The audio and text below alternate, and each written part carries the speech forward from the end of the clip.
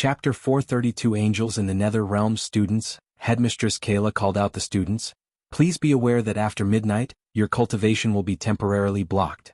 You are only allowed to use your arch energy during certain events. Now you can leave if you wish. The new students excitedly rushed out of the door to explore the castle. Michael also left the table without talking to his fellow alchemists. He was not in the mood to make new friends. Exiting the Great Hall, Michael walked aimlessly exploring the castle. Occasionally the first years would bump onto him. They all looked so happy. Michael felt slightly jealous of them because they were having the best childhood unlike him. While he was their age, he was smuggling drugs and getting beaten up by the drug and weapon traffickers. He explored the grand staircase of Mazorth, which was used to access the various floors and rooms in the castle. The staircases were moving at regular intervals. There were hundreds of portraits hanging on the wall and they seemed to be talking to each other. Surprisingly, some of them disappeared from their portraits when they noticed Michael staring at them. They looked afraid as though they knew he was the Dark Lord. Michael did not mind them as he was getting used to being the Dark Lord. He started to accept the fact he was the Dark Lord. The more he embraced his identity, the more powerful he became. After roaming around the castle for some time, he made his way outside, reaching the castle grounds. He walked further and further away from the castle under the light of millions of stars. What was in front of him was a massive lake, and on the other side of the lake was a forest which reminded him of the Forbidden Forest. The forest was thick with trees such as beech, oak, banyan, pine, and yew, as well as undergrowth such as knotgrass and thorns. With his X-ray eyes he could notice the paths, brooks, and some clearings. Off the path, the way seemed almost impassable. System, something is blocking the communication between me and Azazel. Can you fix it? Of course the system can. The host just needs to pay 10,000 badass points. The system's greedy voice sounded in his voice. Fortunately, he amassed quite a bit of badass points during the battle in Hades. By quite a bit, he meant 60,000 badass points. Because of the battle, he was able to afford the fix. Do it and scan if I'm being watched. Done. Within a second, the system fixed the issue as Michael was able to contact Azazel yet again. Azazel, Lord Lucifer. I was trying to contact you. Azazel sounded slightly alarmed. Something happened? You talking to Ghost? Michael heard Iag's voice. Ghost, we have a fucking problem. Both Iag and Azazel sounded alarmed. He wondered why. We are not the only one who has a portal to the Nether Realm. There is someone else harvesting the undeads, said Iag. She was quite annoyed rather than alarmed. They came out of seclusion because of Cain, as he said he was having a bad feeling. She hated him for being right every single time. What do you mean harvesting? Asked Michael. They are putting the undeads into cages and teleporting them to who knows where through a portal. They are capturing all the powerful undeads, Sarba explained to Michael. Do you know who they are? Somehow Michael doubted they would know the answer because whoever they were, they must be extremely powerful, and if they were harvesting the undeads, they were planning something nefarious. Powerful people with nefarious reasons would rarely be careless enough to let their identity be known to others. No, my lord, but they all look like angels, wings and metal armor, said Azazel. Ironic, isn't it? Angels harvesting undeads. Ghost, I have ordered Azazel to stop summoning undeads through our own portal. It might draw the attention of these unknown people. Michael heard Cain after Iag. If he was there, he would have done the same. He was glad Cain was there to deal with things when he and Gaia weren't around. We should monitor them continually before resuming the summoning. If they are building an undead army just like us, we will need an army more than ever. So we can't stop the summoning forever. Record everything. Do as you said, but if they notice you, order Dalar to destroy the portal opener immediately. Will do. Cain agreed. Where is Gaia? Let us talk to her, but don't tell we asked. She's not here, Michael said to Iag. Someone's coming. Talk to you later. Michael quickly closed the connection when he heard rustling from behind. He slowly turned around. What are you doing here all alone? The young professor he saw at the staff table was standing in front of him with her brow arched up. There was no one in the area except him and the professor. Just sightseeing, professor. From far away, Wilkes and Nightmare were looking at them. If it wasn't for the professor, they would have gone to meet Ghost. You are planning something, 66, and whatever you're planning, it's not gonna happen as long as I'm here. But she came closer to him. If you do something, her voice turned seductive as she ran her fingers through his chest. I can overlook and even give you some extra credits, she whispered into his ears seductively. Scan completed. The host is only being watched by Nightmare and the half-elf. The system encouraged him to make a move on the professor. It sounded amused. Is that so? Michael wrapped his arm around her wrist. Sounds dirty, but I like it. Michael pulled the professor closer to him. They both could feel each other's warm breath brushing past their faces. I hope you don't mind the fact I'm engaged, he gently bit her ears before whispering. Gaia, who was disguised as the professor, shivered with mixed feelings. Her anger was soaring through the roof and tears formed in her eyes without her control. Nice disguise, but you forget to remove the ring on your finger, Professor, he chuckled. Her mind went blank for a second. The tears rolled out of her eyes as she felt so relieved knowing that he wasn't going to cheat on her. She planned to prank him, expecting him to chase away her thinking she was a professor. But her prank backfired chaotically when he did the opposite of her expectation. You fucking bastard, she began to pound his chest. You gave me a heart attack. Don't do that again, I will kill you. She became madder looking at Michael, who was laughing. It was because she looked extremely cute when she was mad and he couldn't resist the urge to laugh. Wilkes was confused as he was staring at them with wide eyes. He never expected the human to be so lovey-dovey with a professor. Nightmare, on the other hand, was completely stunned. It took him a couple of minutes to notice the ring on the girl's finger. He finally realized what just happened. How did you end up like this? Asked Michael. They were still too close to each other. Gaia was hugging him as though she was a koala bear. It only took her a couple of minutes to explain to him what happened after she was teleported away by the system. After her story, Michael told her about what was happening in the Nether Realm. And just as they were about to talk about finding the Dark Elf, Gilrine came carrying a bucket full of grayish mushrooms. Huh. Gilrine squinted his eyes as for a second, he could swear they were hugging each other. However, when he realized the girl was the new professor, he dismissed the thought and cursed himself for thinking like that. What the hell are you doing? Before Gilrine could ask anything, Gaia shouted at him. The big man started to get freaked out by the new professor. Professor Alani asked for these rain cloud mushrooms, Professor Steinmeier. I assume these are for that moron who got his ass kicked by a dwarf. Gilrine was shocked to see Gaia calling a student moron. He had never seen a professor utter such a word so casually. He scratched his head, thinking about what to say next. I heard Professor Lane is talking about suspending that moron. It was funny actually, first he got his ass kicked by a dwarf and now he's facing a suspension for getting his ass kicked. Gaia laughed. What was that about? Asked Michael. Professor Jane was the dark-robed professor with dark hair who was slapping a student in the Great Hall before the sorting ceremony. Michael was curious about what happened. Simple version: the guy is a warrior. Because of some reason he chose to squabble with a dwarf in the House of Blacksmiths. According to him, the dwarf carefully planned and ambushed him, which is utter bullshit. He got his ass handed over to him by the dwarf.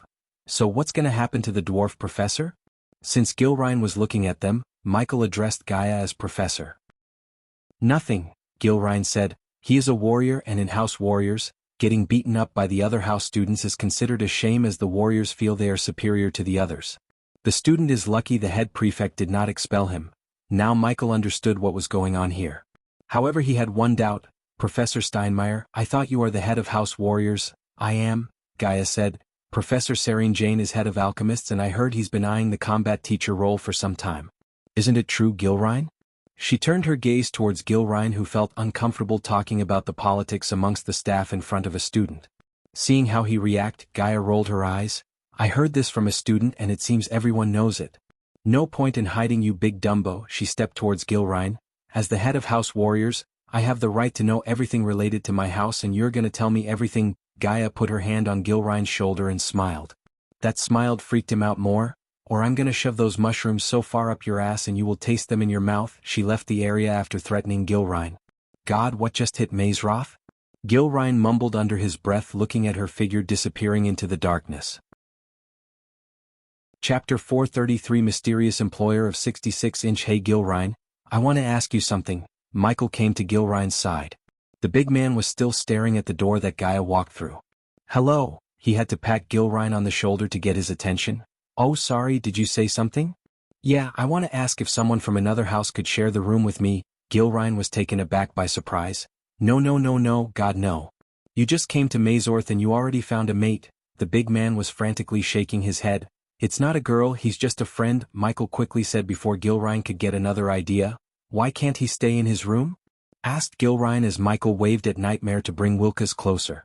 Hearing the footsteps, Gilrine turned around and saw Wilkes walking towards them. The moment he saw the half-elf, Gilrine discovered why Ghost was asking such a question. Oh, Michael noticed the sadness emerge in Gilrine's eyes for a moment when he saw Wilkes. You can share rooms, there are no rules against a student from another house bunking in another house room. It's a common thing here. When Wilkes came to them, Gilrine patted Wilkes on the shoulder. "Have it rough, eh? It will get better. Don't fret about it." Gilrine sounded as though he had personal experience of getting bullied. It was obvious to everyone that Gilrine isn't a pure-blooded human. Michael guessed he might be half giant and half human. Compared to the humans, the elves were next-level racists. Hence, Wilkes was affected by the racism much more than Gilrine. "Yeah, he's having it rough. So he will stay with us." Michael placed his hand on Wilkes' shoulder with a smile. Wilkes felt like he was being stared at by a predator as he swallowed a mouthful of saliva. Wilkes wasn't a soft-hearted one. The life on the streets forged him to be cold, cunning, and headstrong. However, something about the human before him sent a chill through his spine. "You two should return to the Great Hall. Your prefects will be waiting there." Gilrine patted the youngsters before gently stroking Nightmare's chin. "Good luck with your classes tomorrow. Especially in your combat classes. Professor Steinmeier freaks me out." "You didn't see?" Wilkes asked Gilrine. "Saw what?" "Nothing. Come on 45, it's way past your bedtime." Michael dragged him away from Gilrine before Wilkes spilled the beans about Gaia and him. "See you tomorrow, Gilrine." Michael waved at Gilrine before making his way to the Great Hall. The Great Hall was once again packed with students when he arrived.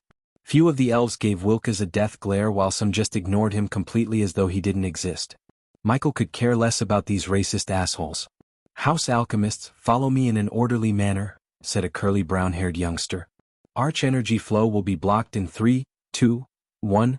A voice echoed through the hall. When the voice said 1, the arch energy in the hall disappeared. However, Michael did not feel any difference. In fact, he could feel the arch energy running in his body. The changes the system made to you when you were in the southern continent applies in Oculon Realm too. "You can thank me now. It's not like you did it for free." "Anyways, I appreciate the help," said Michael in his mind. As they were following the perfect, more and more elves down the hall were staring at Wilkes. Some of the elves were slapping him on the head for no reason. The perfect seemed to ignore it, and Michael started to get annoyed by this. "Fuckers," Wilkes cursed under his breath. When he received the invitation to join Mazeroth, he was happy in his life for the first time. He thought he would finally be free of elves and their bullying. His fantasy was shattered as he realized this place was no different than filled with elves. On top of these racist bullies, he ended with a human who somehow saw him breaking space rings and stealing stuff.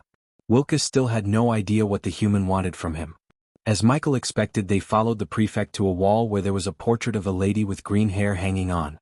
"Password?" the lady asked in a melodious voice. "Proporium triecto." The portrait swung forward to reveal a round hole in the wall.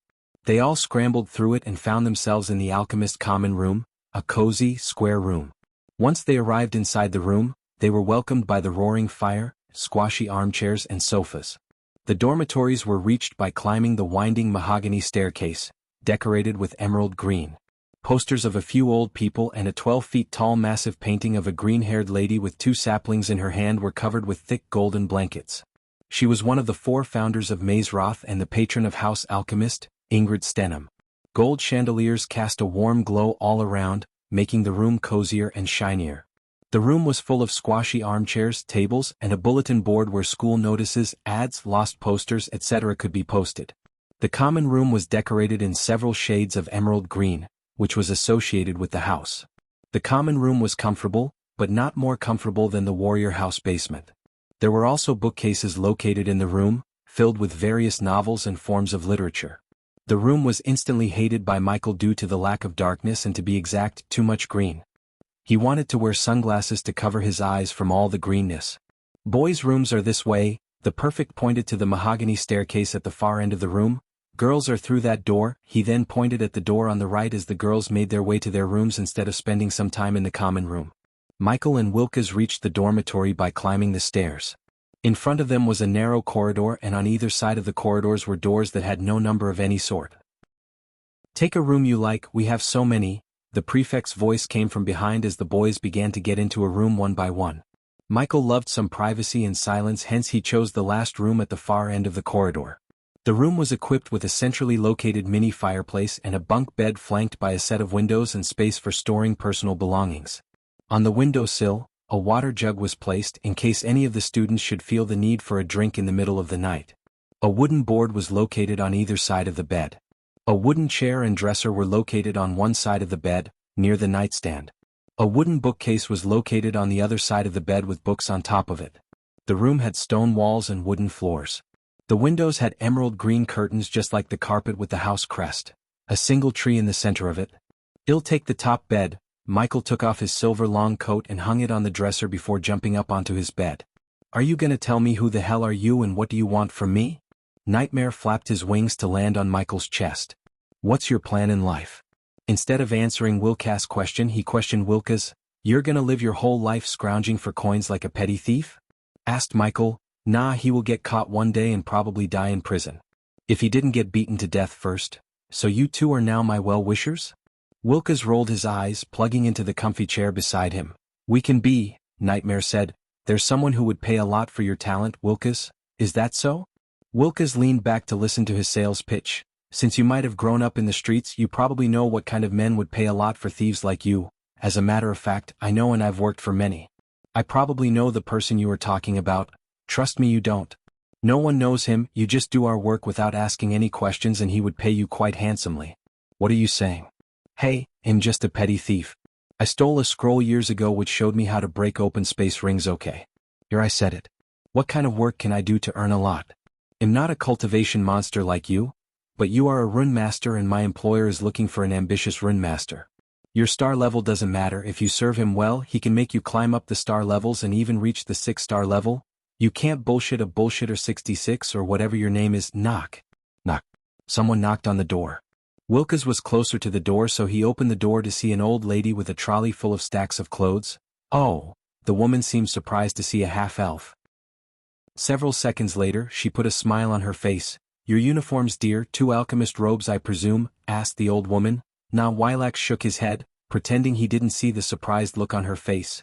"1 alchemist and 1 rune master, please." The old woman picked up an emerald green robe from the top of the trolley and a navy blue one from under. He handed over the neatly pressed robes to Wilca's. "There he is." Just when the lady was about to turn the trolley and leave, a tall, lean and mean-looking elf arrived. He was not alone. He had a group of 5 elves behind him. All of them were wearing gray robes with golden borders. Sensing the trouble, the old woman rushed away from the room as fast as her old legs could move. "Oh no, you don't." The elves grabbed the door before Wilax could shut it close. Nightmare craned his neck to see 5 elves walking into their room like they owned the room. One of the elves leading the group pushed Wilca's onto the chair behind. "So the filthy rat is hiding in the sewers? Guys, should we not do this now?" Wilca's tried to wiggle himself out of the trouble. "This is the perfect time to do this. Guys, close the door. We don't want the rat to escape, do we?"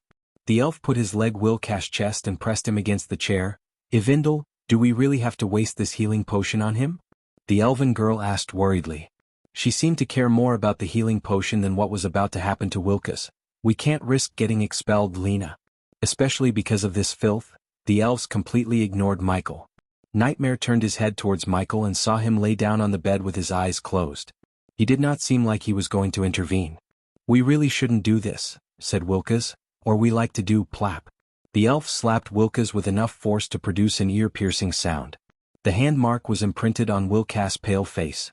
His face reddened. "Goo-plap." Wilca's words were abruptly interrupted by another slap. This time, blood started to seep through his nostrils due to the force. "Ghost, do something," Nightmare whispered, yet Ghost remained still. Chapter 434, The Prophecy Breaker. "Let him soften up a bit more," Michael nonchalantly said to Nightmare and continued to lay down on the bed with his eyes closed. Meanwhile, the elves began to get rougher and rougher. Wilca's growled in pain. Before coming to Mazeroth, Wilca's lived in the slum area of Kingdom Lantis. The elves hated coming to that part of the area. Wilca's learned to hide and he seldom got the attention of the elves after he grew up. However, in Mazeroth he had a target on his back. He had no place to run away anymore.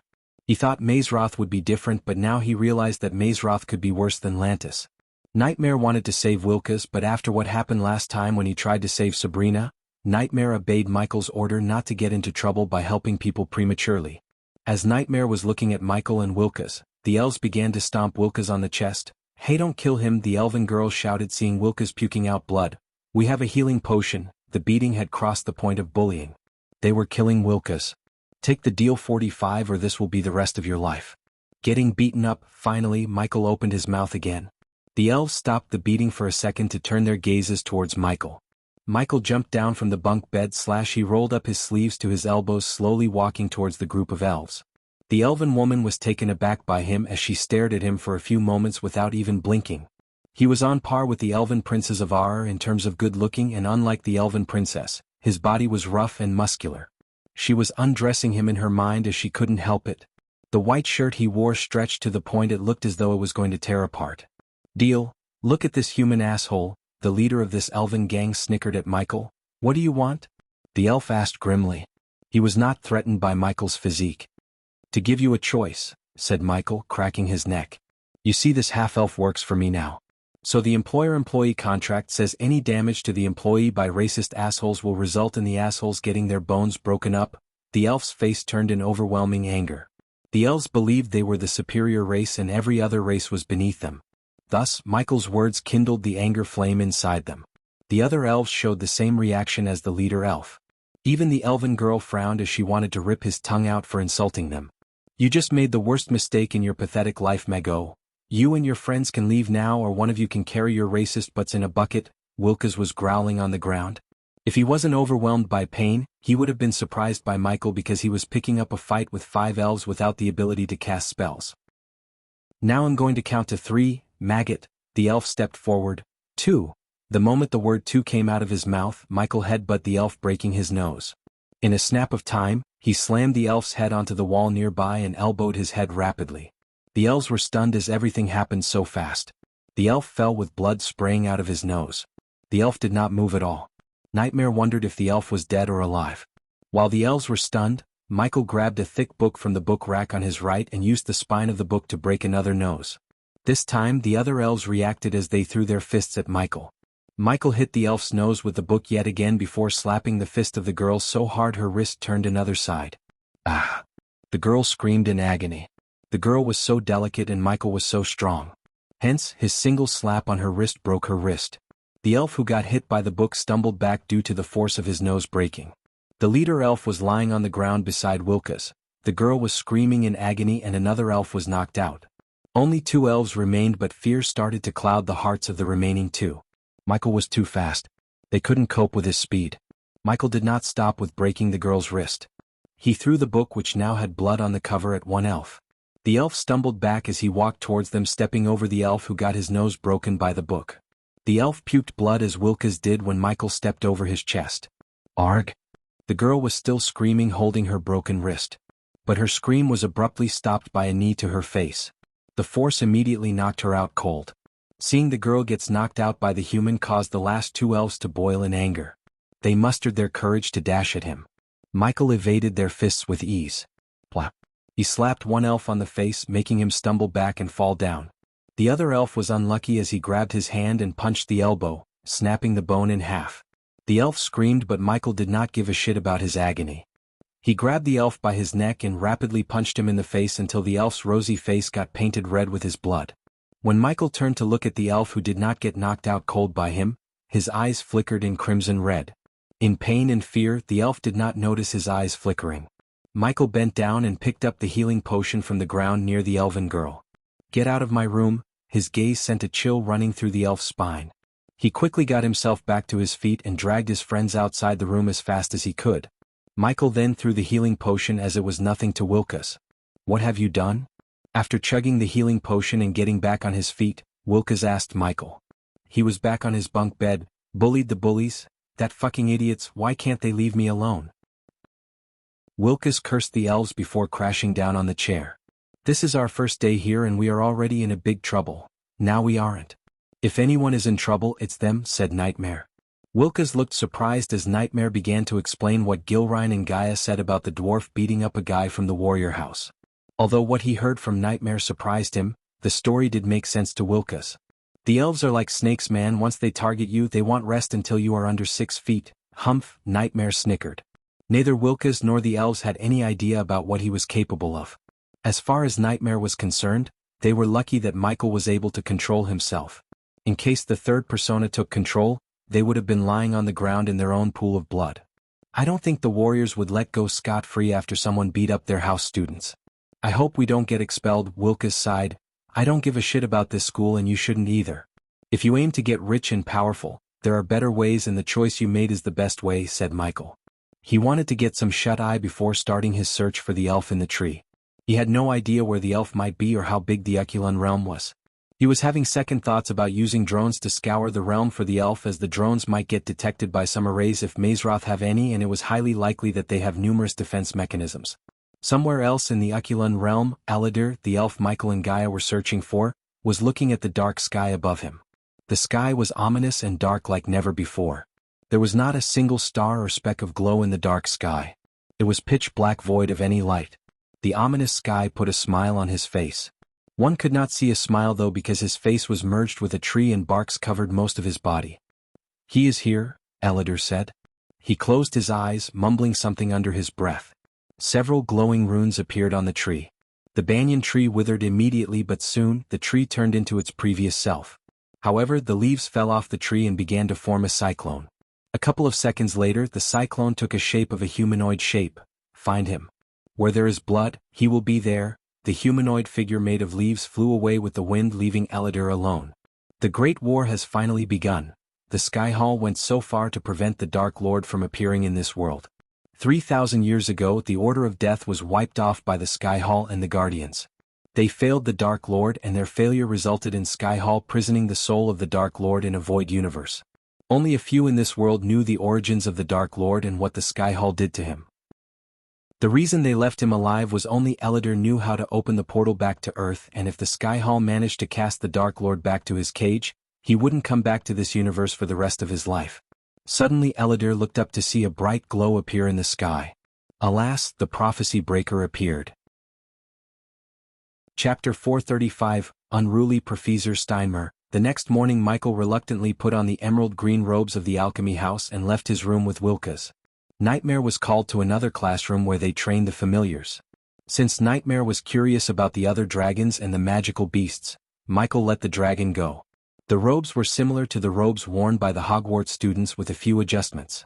There were clear signs to guide them toward their first class. Through the labyrinth of corridors, they reached a red oak door that had the sign Combat Hall hanging above. The combat class took place on the first floor, Class 86. In the classroom, an iron chandelier hung from the ceiling, as well as a huge dragon skeleton.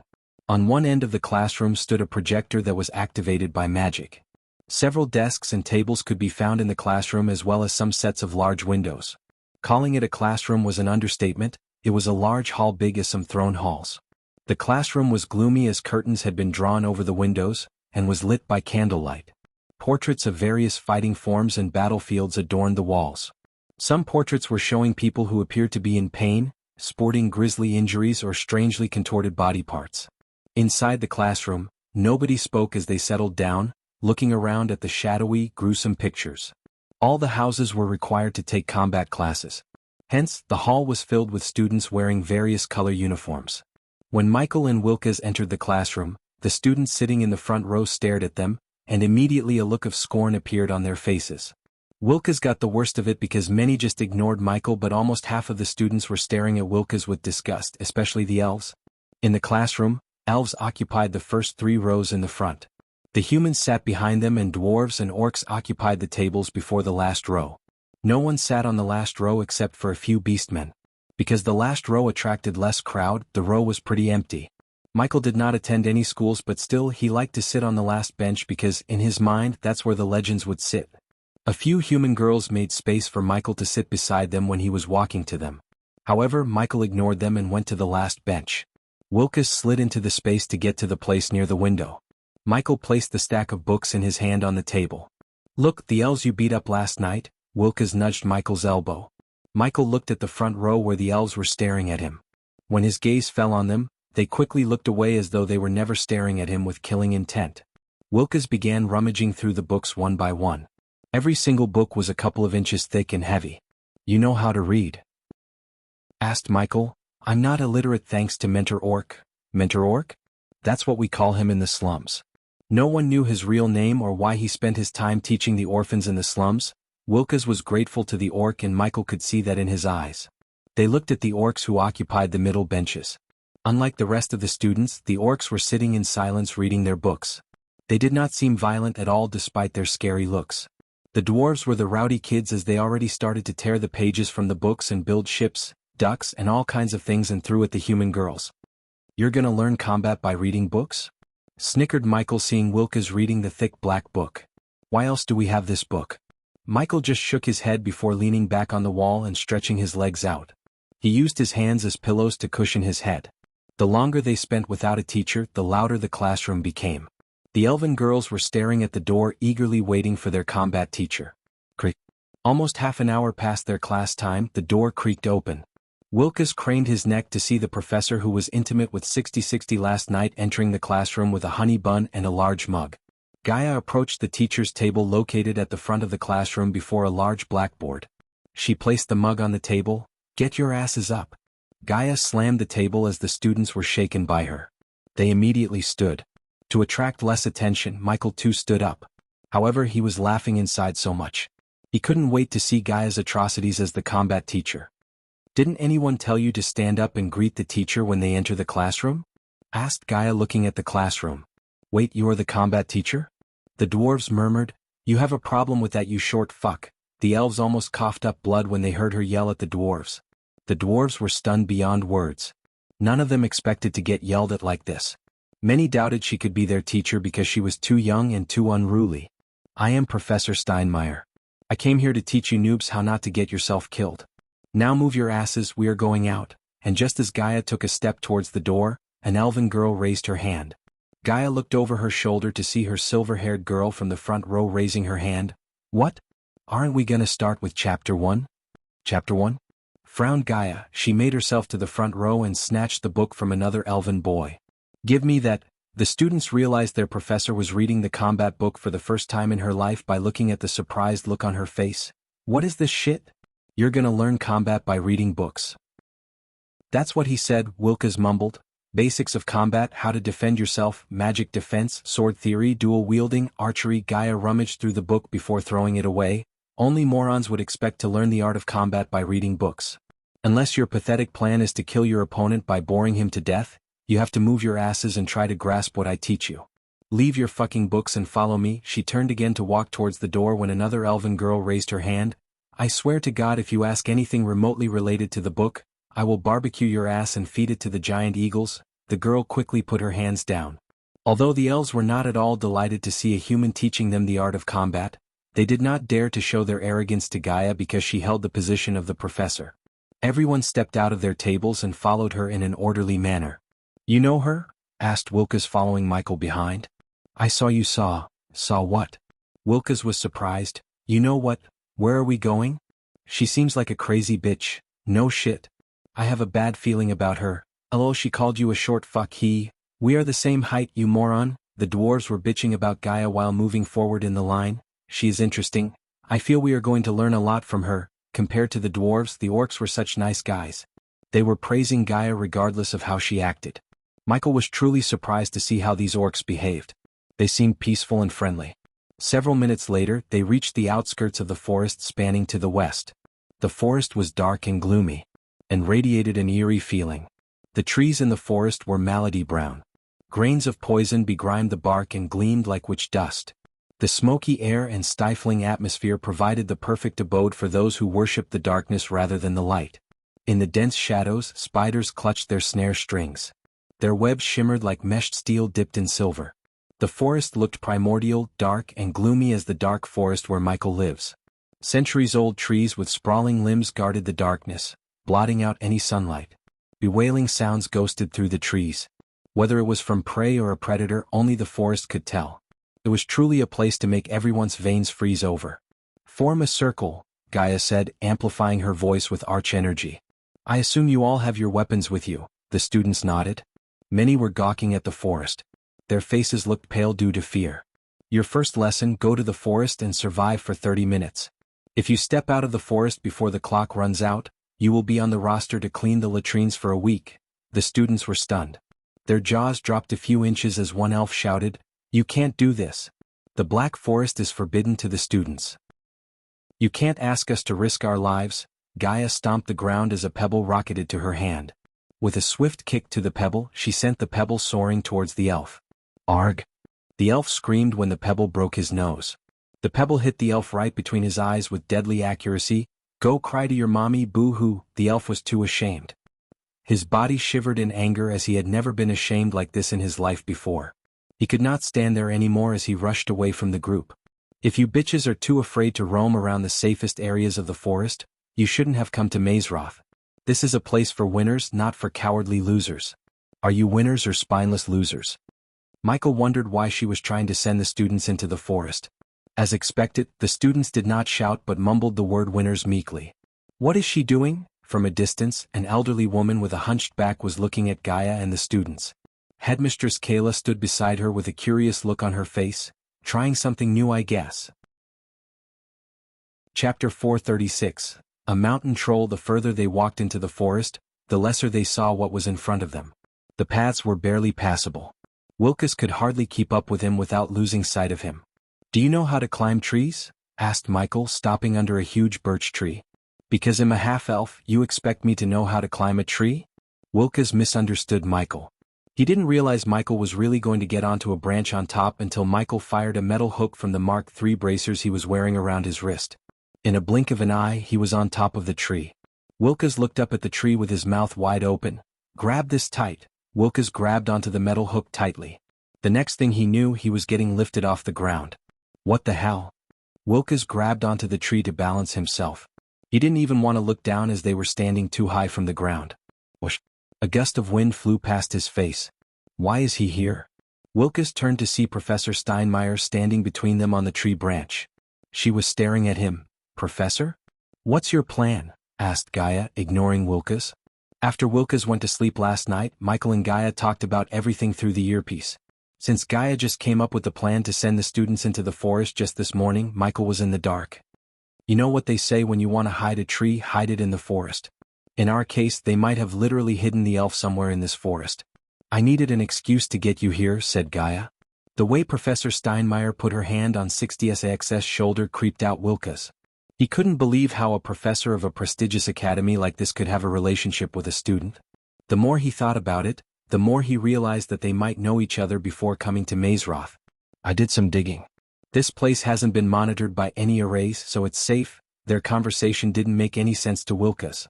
He felt pretty awkward and unsafe standing on the branch. Michael had already scanned their surroundings and made sure that they were not being watched. However, he did not want to deploy the drones and spiders in front of Wilkes. The point was to show Wilkes how powerful his mysterious employer is. Keep digging. If the elf is here, I don't think we can find him without any help. Let's go searching. By giving the students the assignment to survive in the forest, she gave both Michael and her the chance to roam through the woods searching for the elf without raising any suspicion. Should we take him with us? Asked Gaia. Why not? The next moment Gaia grabbed Wilkes by the back of his neck before jumping down from the branch. Arg, Fuck! Wilkes screamed when they landed on the ground. Wilkes was breathing heavily as he was terrified. You sure hell be of use to us? Who are you people? Gaia put her hand on Wilkes' shoulder. He could feel her gently squeezing his shoulder. The people who could make you very rich or very dead. Suddenly a scream echoed through the forest. They immediately looked in the direction of the scream. Do you feel that? Asked Wilkes, feeling the ground trembling. The tremble increased by the second to the point it felt like they were having a powerful earthquake. Arga! The screams of the students reverberated in the forest louder and louder. Something's coming this way. Wilkes looked terrified as expected. Gaia took off from the ground like a bullet through the canopy. It didn't even take a minute before she came back with a pale face. We have to go, she sounded alarmed. What did you see? Asked Michael. We don't have time, there is a fucking mountain troll coming this way. What the fuck is a mountain troll? Wilkes shrieked. Come on, run. Gaia pushed Michael and Wilkes to run. She could fly away, unlike Wilkes and Michael. To hide his ability to use arch energy, Michael had to avoid flying or using any spells. Hence his only way to escape was to run. Didn't you read the fucking book they gave you? Wilkes almost puked blood. She threw away the book and mocked them for having a combat book. She talked as though she loathed having books for combat class, yet at a moment like this, she was yelling at him for not reading the book. It was obvious that she read the whole book, unlike what she pretended. Although Michael did not know what a mountain troll is, he wasn't going to wait around. He started to run towards the castle as Wilkes ran behind him. Jrrrrrrr! A thunderous growl shook the forest as they were running. I hate this place, Wilkes shouted while he was running. They ran as fast as they could without looking back. However, the trembling indicated that the mountain troll was getting close to them. The sound of trees shattering and cracking could be heard on top of the screaming sounds of the students. Seeing the light at the end of the forest gave Wilkes enough boost to push his body to the extreme. As a half-elf, Wilkes was born with extreme agility and speed. No human had ever outrun Wilkes. He was able to run through the woods as the forest was his playground thanks to his nimble body and the training he had since he was born. Nonetheless, he was barely able to keep up with 66. Surprisingly, this was 66 did not look like he was pushing his body to the limit. He seemed calm and collected regardless of the mountain troll chasing them. With a final push, Wilkes and Michael jumped out of the woods and reached the ground between the forest and Mazeroth Castle. They saw students running to the castle like a bat out of hell.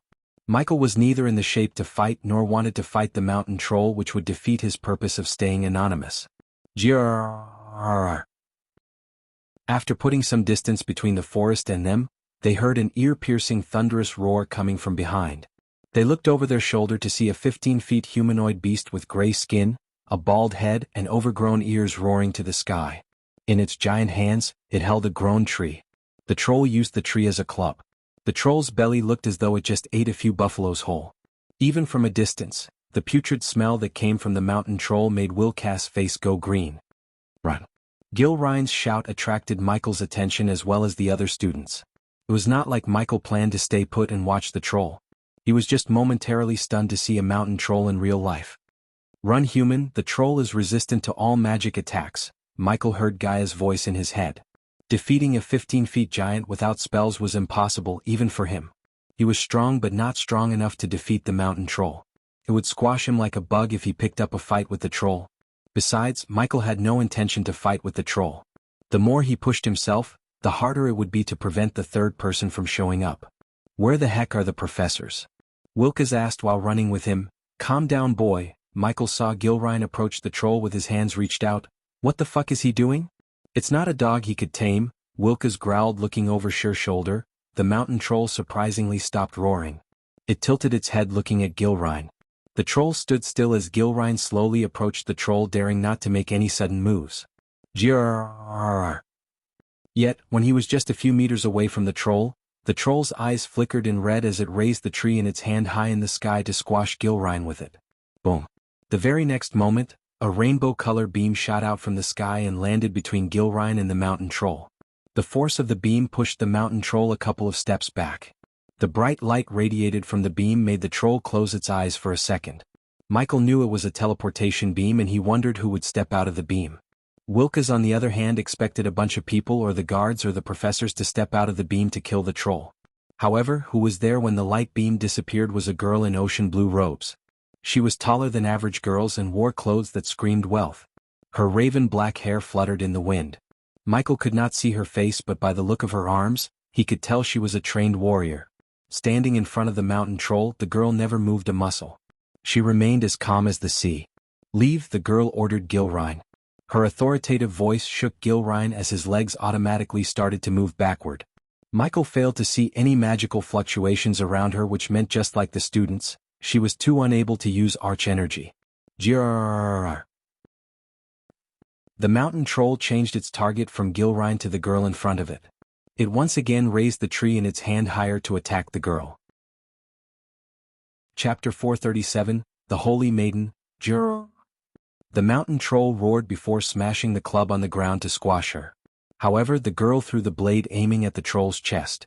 The blade impaled the mountain troll. The chain attached to the blade grew shorter and shorter as she used the blade as a pulley to reach the mountain troll. Boom. At this time, the mountain troll smashed the ground, creating a deep crater. The troll lifted off the tree to see there was no blood and felt the girl running on its shoulder. Grrrr. The mountain troll roared violently, slapping itself to catch the girl. She was fast. In frustration and anger, the troll raised its club once again. This time, however, the girl fired the two blades in her hand, aiming at the tree in the troll's hand. She jumped off from the troll's shoulder holding the two blades tight. She yanked the chains attached to her blades to bring down the tree on the troll's head. When she landed on the ground, the troll lost control of the tree in its hand. Gggggrrr. Bam. With a final yank, the girl brought the tree hard on the troll's head. Wilkes realized the tree was heavier than it looked when it split open the troll's head like an egg. The girl did not even turn back to see the troll's body as it hit the ground with a loud booming sound. The blades reached her hand. She put the blades into the sheaths hanging on her back. Michael had been fascinated by the girl. She was so badass. The battle with the troll ended before it even began. Only a battle-hardened warrior would be able to pull off what the girl just did. Moreover, she did not use any arch energy or spells, it was her raw strength. After Noah, this girl seemed to be a tougher opponent. He had a feeling that if they battled, he might lose the battle. Mythic. Gilrine cried out loud, running towards the fallen troll. The girl did not remain there but left the area. Several professors were running towards the mountain troll while the prefects came rushing out to escort the students to their dorms. "Who is that?" asked Wilkes in shock. Michael stared at the girl disappearing into the castle. "I have a feeling we will meet soon," he said to himself before turning back to leave for their rooms. Gilrine in the distance knelt beside the mountain troll with tears gushing out of his eyes. His sobbing sound was loud enough for everyone to hear. Back in the castle, a hunched old woman walking with the support of staff was walking from one end to another in a spacious room. It was a large and beautiful circular room full of weird little noises. Several gold instruments stood on spindle-legged tables, whirring and emitting little puffs of smoke. The walls were covered with portraits of old men and women, all of whom were snoozing gently in their frames. There was also a throne made of ice. The old woman's pace came to a halt when she saw the door creak open. "Holy Maiden," the old woman's back already looked like it was bowing down due to her hunched back. Still, when she saw the girl, she bowed further down. "Bai Ning," the girl nodded before making her way to the throne. The air around the throne was chilly enough to freeze someone's bones. Still, the girl sat comfortably on the throne without showing any signs of pain.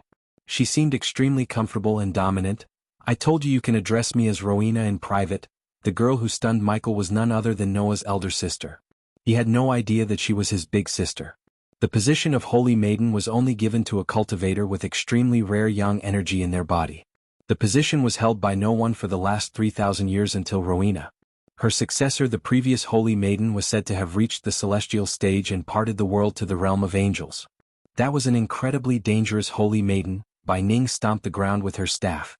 In her voice, one could notice the anger but also care. "I'm alive and the troll isn't," Rowena said with an expressionless face. "Kayla should put a leash on her professors." The woman hunched her way towards the table, flicked her wrist to take out the teapot set, and began to brew tea for the Holy Maiden. The tea she brewed was radiating smoke. However, the tea was not hot, it was freezing to the bone. If anyone else drank it instead of her, the weak would die in a matter of seconds while the strong might live only when they warmed their body to an extreme temperature. "Have you located the primordial flames?" asked Rowena, taking sips of her bone-chilling tea. "The spell has narrowed the search area, but we still need some time. What about the demon?" Bai Ning waved her hands as a large bowl full of glistening blue liquid appeared on the table.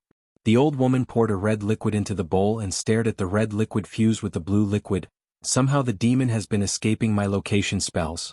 Then the devil is not alone. The sooner we find it the better," said Rowena. "The world is not ready to accept the existence of higher realms. If they knew they had a demon walking among them, it would cause a massive panic wave. Demons, imposters, wars, famine, hunger, the great clans are supposed to fix these. They are becoming incompetent by the day." Bai Ning was a straightforward person. She had never held back her thoughts. Hence, she called the great clans incompetent in front of Rowena, whose brother is in one of the great clans, the Guardian Guild. And the other task, the air in the room became chillier.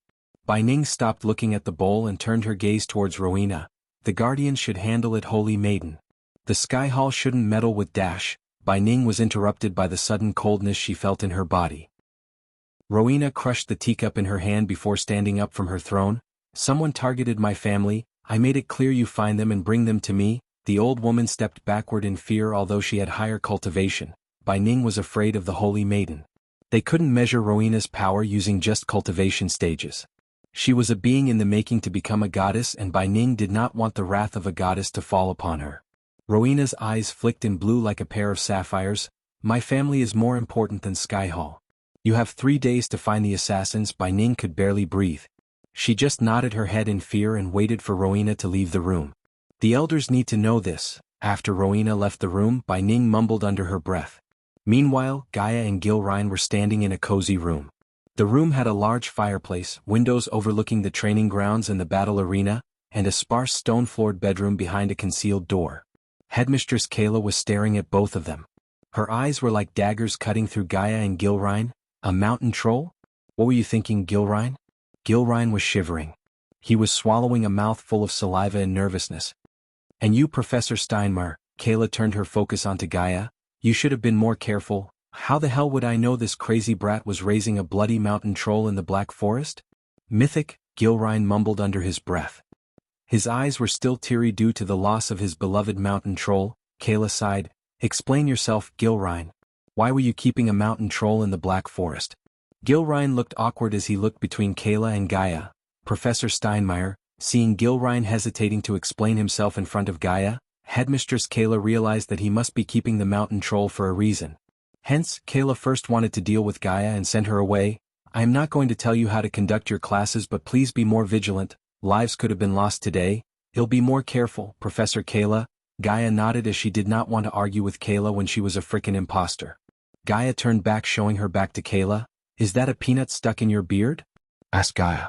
Before Gilrine could put his hands into his beard, Gaia helped him. Geesh, Gilrine awkwardly tried to smile after she helped remove the peanut. Little did he know that Gaia was not removing any peanuts but putting a spider into his bushy beard. It was indeed risky, but she took the risk to know why Gilrine was keeping a mountain troll in the Black Forest. Since a lousy-mouthed man like Gilrine was keeping it a secret, she knew whatever the reason he was keeping a mountain troll, it must be something very important. Oh, Professor Steinmeier, Gaia felt a chill running through her spine.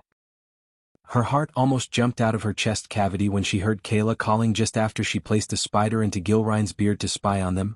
Yes, Professor Kayla, she turned back again, controlling any signs of nervousness from showing up on her face. You are on detention duty today. If anyone received detention, take them to the Black Forest and make them harvest Blackfoot mushrooms. Just do me a favor, don't let the students go past the Red Oaks. Human, get yourself a detention. After leaving Headmistress Kayla's room, she contacted Michael through the earpiece. In the girls' dormitory of Warrior House, Victoria was practicing her sword skills by slashing and dashing a dummy while Edith was laying on the bed complaining, "You know, we could have died. Most of us who are taking the combat class aren't warriors. We want to learn about defending ourselves, not how to get yourself killed." Edith was pretty shaken up by the mountain troll. They were one of the few students who saw the mountain troll too close and barely escaped. We have to complain about Professor Steinmeier to someone. You're just overreacting, Victoria calmly said. She was right. You can't learn combat by reading books. If we can't survive a mountain troll, we don't deserve to be here. Think about it, the next time when you're being chased by a mountain troll, you would not be as scared as now. Knock. Knock. Knock. Their conversation was interrupted by someone who was knocking on the door outside. Who is there? Asked Edith with an irritated voice. Trouble, Victoria muttered. Chapter 438, Michael meets Victoria. We are here for 34. The youngster who was adorned in gray robes of house warriors said to Edith. Why? Asked Edith. The blonde-haired youngster smiled, but behind his smile, there was a slight irritation. Obviously he did not know Edith's identity. If he had known she was the little sister of Layla Alden, he would have talked to her in a different tone. Brother 29 asked for her. Victoria put her wooden sword into the sheath hanging on the side of her waist. Who is 29 and why is he asking for her? Edith was annoyed by the group. They acted so smugly and she did not like their attitudes. If I am right, he must be a friend of the head prefect Elliot Watson. Victoria came to Edith's side, tying her hair into a bun and putting on the warrior's long coat. The young man nodded. She had noticed a senior student following her since she joined the House of Warriors. She was quite annoyed by him and she decided to deal with them before they became trouble. You can stay here, Edith. I'll go with them. Edith immediately shook her head. If you are going, I'm coming with you, Victoria sighed. Edith did not seem like she could be convinced otherwise. Food, Edith. It was impossible to change Victoria's mind after she decided something.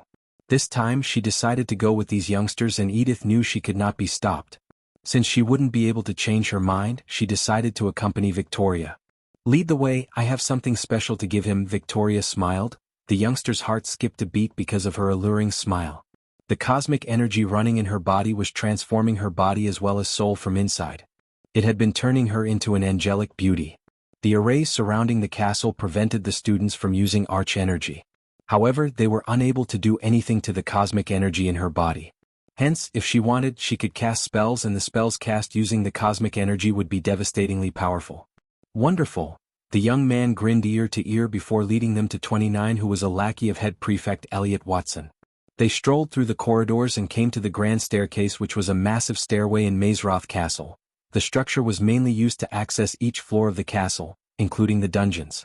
The concept of moving stairs was invented and built by the six-star architect who built Mazoth and Karjan Pavlovich, a six-star blacksmith and one of the founders of Mazroth.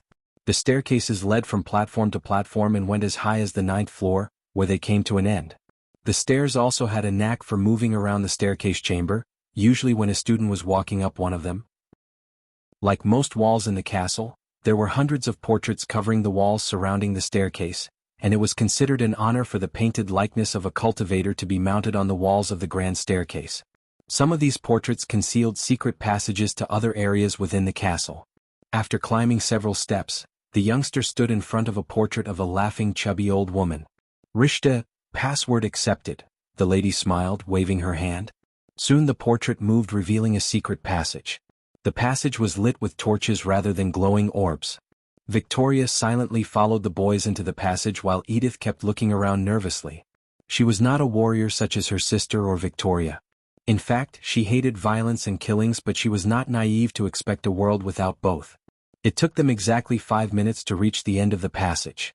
The passage opened up to a cozy room decorated with portraits, a fireplace, and exquisite vases containing ravishingly beautiful flowers. At the center of the room was a round table with 2 candles as well as various delicious foods. "Welcome, young miss." A tall young man clad in golden robes walked out of the door on the other side with a bright smile on his face. The passage opening behind Victoria and Edith vanished into thin air. Edith was slightly panicked, unlike Victoria, who remained as calm as the sea. When he came closer to them, the 5 young men who led Victoria here stepped back. The young man bent his waist to give Victoria a royal bow. "You look beautiful." "I am Earl Decker." Victoria finished his sentence with a snicker. The young man was taken aback by surprise. "The 3rd son of the Decker family of Kingdom Marina of R," Victoria talked while gracefully walking around the room. "Your family holds many mines, including the 2nd largest gold mine. Your family had been trying to expand your mining business to the southern continent." Earl was having mixed feelings. On one hand she looked so domineering and gorgeous, on the other hand she looked kinda scary. He had no idea how the heck she figured out his identity, as he had never revealed it to anyone except Elliot. 4 years your family has been trying to leverage the Senates using your identity as a student of Mazroth. "Fools," humph, Victoria snickered. "The Senates don't give a damn about Mazroth. Hence, your family chose to go with the next big thing, marriage." Earl frowned, hearing the scorn in her tone. She just called her family fools in front of his lackeys. "But your fiancé disappeared the day before your marriage. Everyone believes she eloped with her mysterious lover, but you know the truth, don't you, Decker?" "I don't know, Don't bother." Yet again Victoria interrupted his sentence. She finished strolling around the hall and came before him. "You were pretty high that night, and when she told you no, you forced yourself on her and strangled her to death." Decker's mind went blank. No one knew what happened that night, yet somehow she knew exactly what happened. He started to have a bad feeling in his guts. "Men like you are trash, and I don't like being stalked by trash like you." Plop. Victoria slapped Decker, shocking everyone in the room. His face immediately turned red. Edith could see Victoria's palm prints on his face. For a moment the room fell silent. Then Decker lost his gentleman composure as he gritted his teeth. "Bitch." Plop. She slapped him again. This time her slap contained a sliver of cosmic energy. He was thrown into the table with the food he prepared to impress Victoria. The 5 young men behind them were in a stupor. They did not know what to do. Arg. Decker's world was spinning. His mind was in shambles due to the slap. He tried to pick himself up, but he was unable to do so. Victoria unsheathed the wooden practice sword. However, her target was not Decker but the 5 youngsters behind her. When she turned back with the sword in her hand, the 5 of them felt a chill. "Miss Pimps," humph, Victoria snickered, closing the gap between them. The 5 young men could not raise their hands to hit her. They had no idea about Decker's history like Victoria. They thought they were helping him confess his newborn love to Victoria. Simply, they were not as bad as Decker. Pat, pat, pat. However, Victoria gave no damn about their intention. She started to swing her sword, beating the crap out of the 5 youngsters. "Hey!" Edith tried to stop Victoria from beating them up. The youngster who led them here received more beatings than the rest of them. He had lost several teeth and was on the verge of losing consciousness. "Watch out!" Suddenly Edith noticed Decker rushing towards Victoria with a knife in his hand. Without even turning back, Victoria swung her sword back. Plop. The wooden sword hit Decker with enough force to make him stumble backward. The wooden sword almost cracked due to the force. Trash, did you think him as weak as your fiancé? Victoria put her feet on Decker's neck. She pressed his neck with her feet, squeezing the life out of him slowly. Stop. Edith cried out loud. She came running to Victoria and shook her shoulders. You're gonna kill him. We will report this to Professor Steinmeier. She will deal with them. If you killed him, we will be expelled. Edith pleaded with Victoria to knock some sense into her. I don't give a damn about this place. I am here for the. Before finishing her sentence, Victoria stomped Decker's face, knocking him out cold. Primordial flame, Edith heard Victoria. At this point, Victoria didn't know she just gave a reason for the Dark Lord to turn the Decker family against Thusia. The next day night, Gaia was waiting on the grass field near the Black Forest border with Gilrine by her side. I am gonna give him another detention for making me wait. Gilrine scratched the back of his neck hearing her threaten the student. There they are. Gaia couldn't help smiling seeing Michael. Her smile however immediately froze when she saw two girls behind him. Who the heck are you two? And what are you two doing here? Gaia asked the two girls. One girl seemed warm and friendly while the red-haired girl looked cold and proud. The two girls were none other than Victoria and Edith. Victoria's mask prevented Michael from recognizing her and she did not recognize him because of his beard and changed demeanor. Moreover, Victoria barely looked at him. For her he was not even worth a look. We are here for the detention, Professor. For a moment, Gaia looked at them blankly. She was planning to venture into the forest with Michael to find the secret that Gilrine's mountain troll was guarding. Who gave you detention, girls? Asked Gilrine. Professor Lane, said Edith. Oh, Gilrine did not seem very surprised. Why? Asked Gaia in an annoyed tone of voice. He caught us outside our dorm after the curtain, Edith told Gaia. After coming back from Decker's little secret room, Professor Lane, the head of House Alchemists, caught the two girls and gave them detention for being late. Edith was grateful that he only gave them detention and did not expel them. However, Decker wasn't so lucky. He was packing his bags as they were speaking. Gilrine, can't I give them something else to do instead of bringing them with us? I don't think so, Professor Steinmeier. Professor, we won't give you any trouble, Edith said politely. We can protect ourselves, Professor, Victoria calmly said. We could use a warrior, Professor, in case we encountered a wild beast. In the corner of her eyes she could see Michael nod. Damn it, okay, but you two must follow my orders no matter what without a question. Got it? Yes, Professor. Edith bobbed her head up and down while Victoria gave Gaia a small nod. Let's go. Finally, in the middle of the night, the five of them ventured into the Black Forest with each having a plan of their own. Chapter 439. Let me out. The smoky mist filling the forest gave out an ominous feeling. There wasn't a sound except for their footsteps. Gilrine led the way with Gaia while Michael walked last following Victoria and Edith. Occasionally Edith made eye contact with him and smiled. Somehow he reminded of Noah to her. They were still on the outskirts of the forest as they did not go deeper into the forest. A few yards away they saw a line of red oak trees. Students were forbidden to cross the red oak trees. Now you should feel the arch energy once again, said Gilrine, turning back to look at the three students. He was oblivious to the fact that except for Edith, both Michael and Victoria could use spells. The latter had the cosmic energy running through her veins while for Michael, the system enabled him to use arch energy despite the erase. Look around, you will find the mushrooms you're looking for, said Gilrine. Where are you going? Gaia asked Gilrine, just making sure we are alone. I don't want any more surprises. Gaia could see the sweat drops forming on his forehead. It was obvious that he was lying. Considering Gaia wanted to follow him, she pretended to believe him. Good idea, she nodded. You three start picking the Blackfoot mushrooms. Gaia sat on a log as the three of them pretended to look around to pick the mushrooms. Thanks to the light orb conjured by Gaia, they were able to look around their surroundings. Edith stared at Michael picking the charcoal-colored mushrooms. As their name suggested, the mushrooms were in the shape of a human foot. Michael picked a bunch of mushrooms from the rotten logs and the ground surrounding the trees. Following Michael, Edith also located the mushrooms and collected the mushrooms. Victoria was just pretending to pick mushrooms. Gaia saw that but did not give any shit. You go look somewhere else. Edith saw Professor Steinmeier shouting an order at 66. Yes, Professor, he nodded before walking away from their spot leaving the girls. Victoria and Edith sighed in relaxation as they now only had to deal with Professor Steinmeier. If she left the area, they would be able to look for the primordial flames. Just as they hoped, a few minutes later, Professor Steinmeier left the area after telling them to stay put. Victoria waited until Professor Steinmeier's figure disappeared into the forest. She then flicked her wrist as a golden compass materialized on her palm. The single red needle kept spinning fastly before coming to a halt pointing towards the east, the opposite direction Gilrain went. "We are close to finding the flames, come on," Victoria dragged Edith in the direction the compass was pointing. Meanwhile, Gaia and Michael regrouped on top of a banyan tree. They were far away from the girls. As far as they were concerned, the girls were collecting mushrooms as they were told. Michael was watching Gilrain navigating through the forest in the mirror in his hand with Gaia. "Where is he going?" frowned Gaia. "Let's find out." The duo shot out into the air like bullets. They avoided breaking branches or making any noises. Michael sent a drone in front for reconnaissance. Almost 10 minutes later they landed on a tree branch. In the distance they saw Gilrain standing under an oak tree. He was gawking around to see if anyone was following him.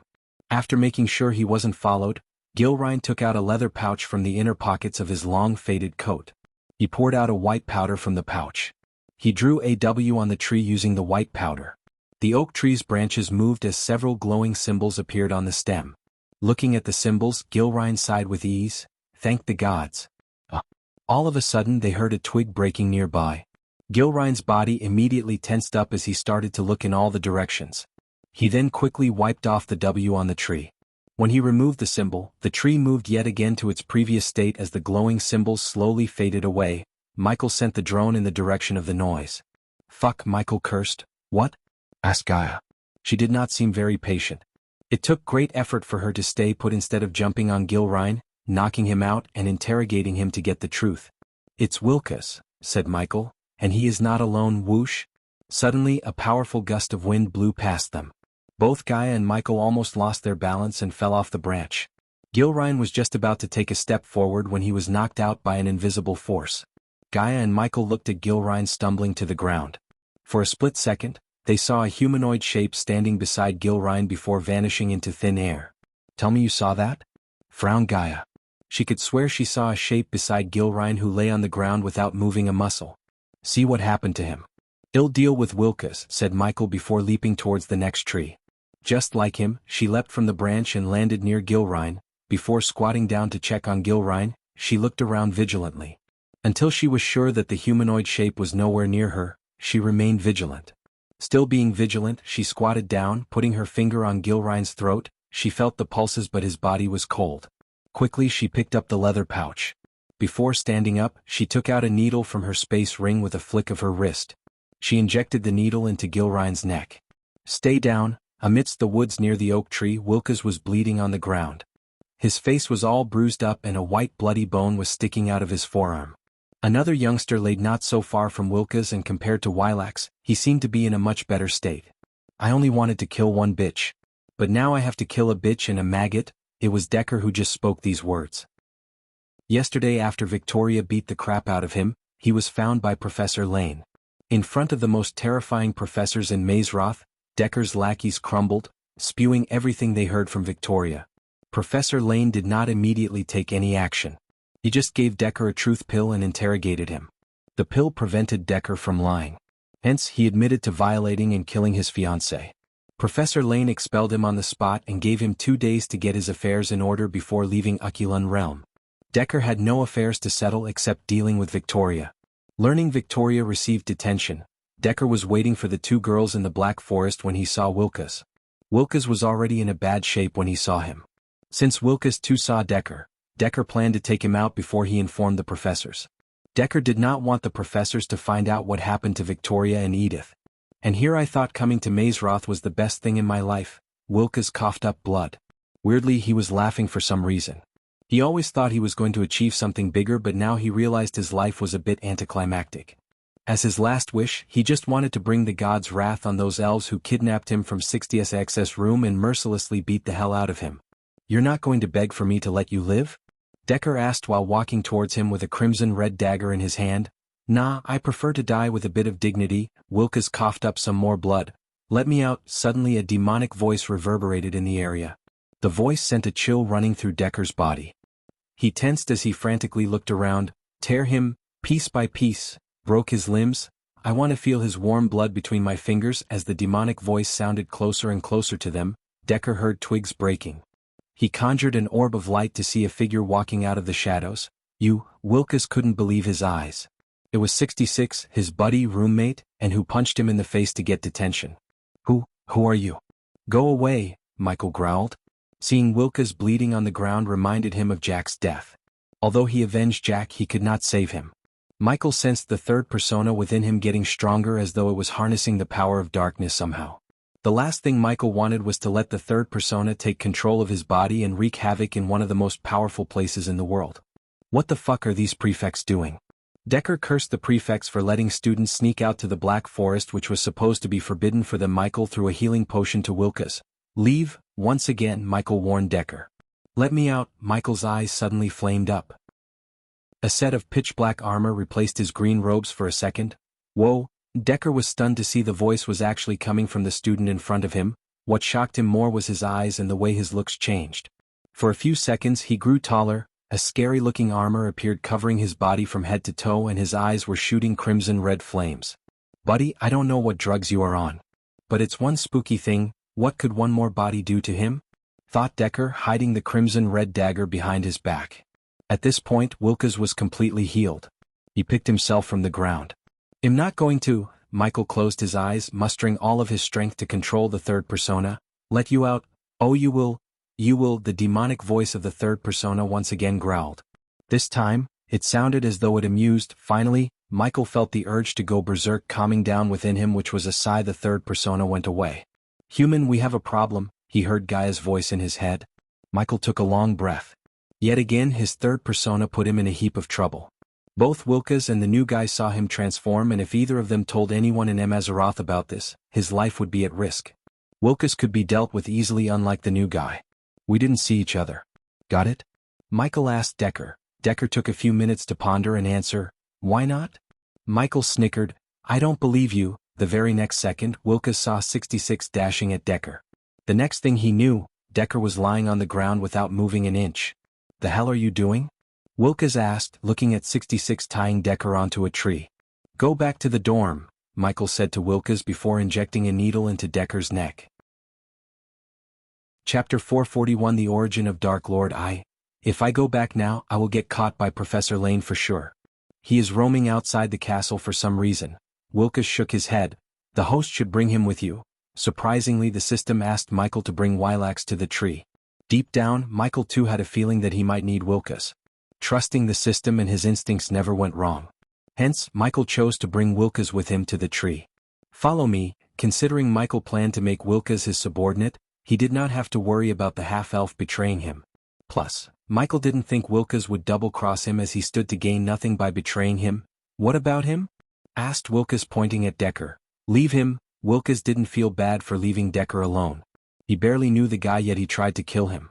If it was up to Wilkes, he would expel him before beating the crap out of him. Wilkes had no idea that Decker had been already expelled, and he was there to kill the ones responsible for his expulsion. When Wilkes and Michael reached the oak tree, Wilkes' eyes went wide. They looked as though they were about to pop out of their sockets. What the heck? Is that Gilrine? What happened to him? He frantically asked. As he was about to run towards Gilrine, he saw Professor Steinmeier stepping out of the shadows. Professor Steinmeier. Wilkes' body went rigid in shock. What the fuck is he doing here? Asked Gaia, staring at Wilkes with murderous intent in her eyes. He'll tell you later. You said we have a problem. Rather than explaining what was the problem, Gaia walked to the tree, grabbed a handful of powder from the leather pouch, and drew the symbol W on the tree.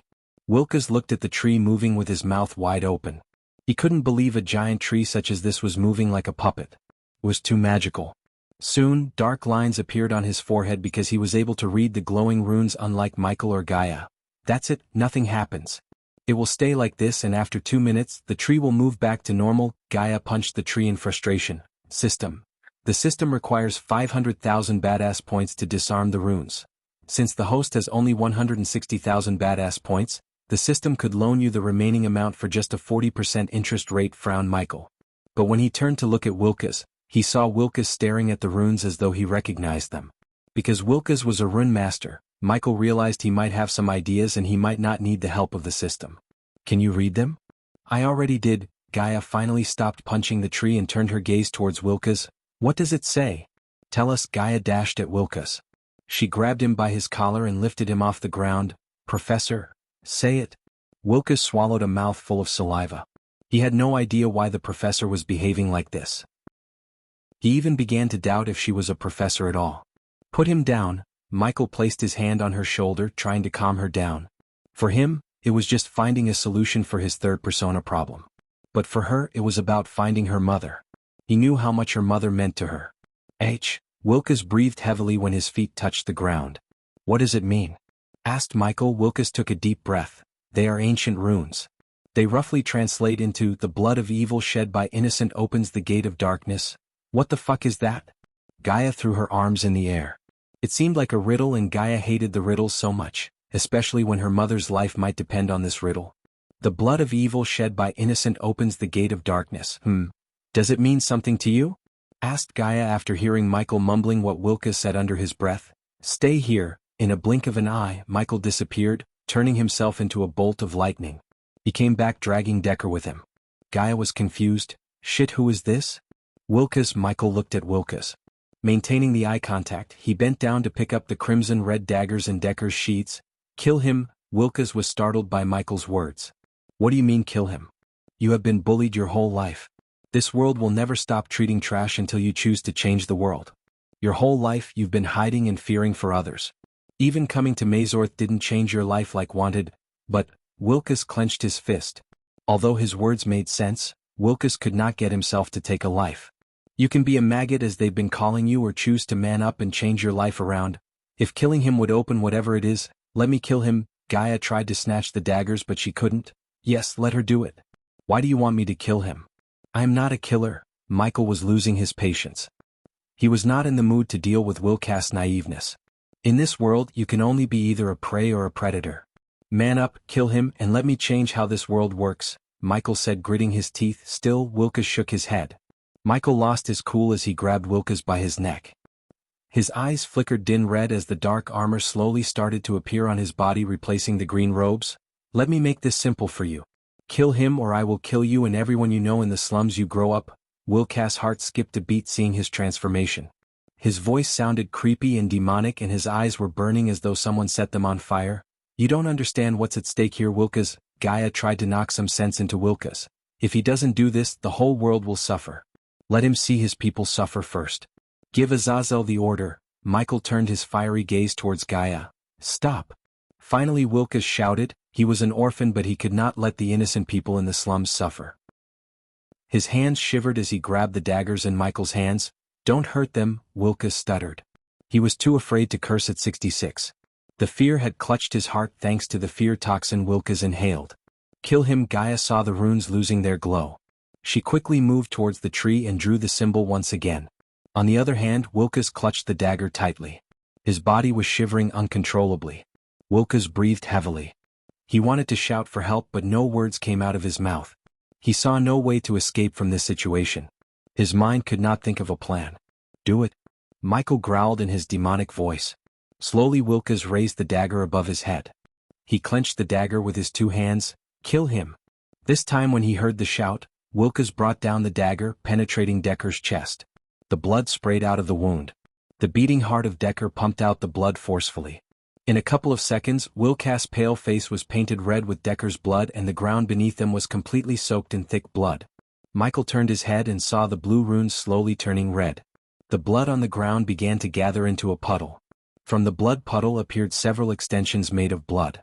Soon these extensions moved towards the tree like snakes. The ground beneath them trembled as they started to hear something heavy crack open. The center point of the oak tree slowly split open, revealing a spinning vortex. Whoosh! The vortex sucked in Decker's body. After his body disappeared into the vortex, Wilkes felt the pull. Gaia did not wait for the vortex to pull her in but dashed into it. Michael grabbed Wilkes by his collar and threw him into the vortex before he himself dashed into the portal. Michael had no time to wonder what was on the other side of the portal. The third persona had already taken control of half of his body and it took everything in him to keep it from completely manifesting. After the trio entered the portal, the tree returned to its normal state. And just before the last rune faded away, the humanoid shape made of leaves appeared in front of the tree. A split second after, the blood on the ground completely vanished along with the humanoid figure. Somewhere else in the Ukulun realm, Michael, Gaia, and Wilkes were free falling.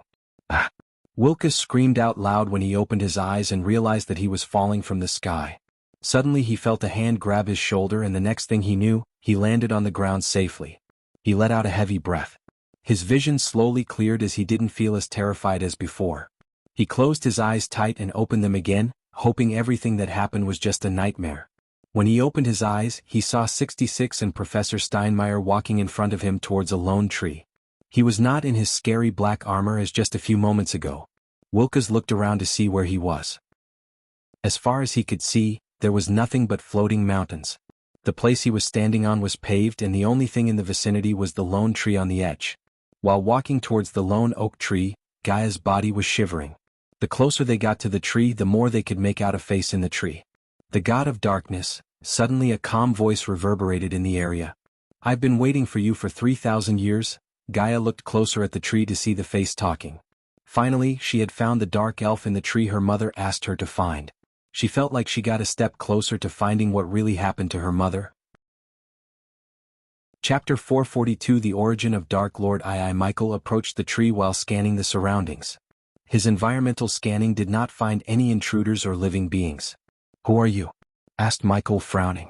It was evident that this figure is the same one Gaia's mother was talking about, the dark elf in the tree. They should have known mortal arrays are no match for a god. The figure merged with the tree, amused. "I am Eladir, one of the founders of Order of Death and the man who created the ritual to open the gates to the Void Realm," the man spoke. Michael was calm, but when he heard what the dark elf said next, he was startled to the core. "You may know the Void Realm as Earth." Michael halted his pace, staying still in shock.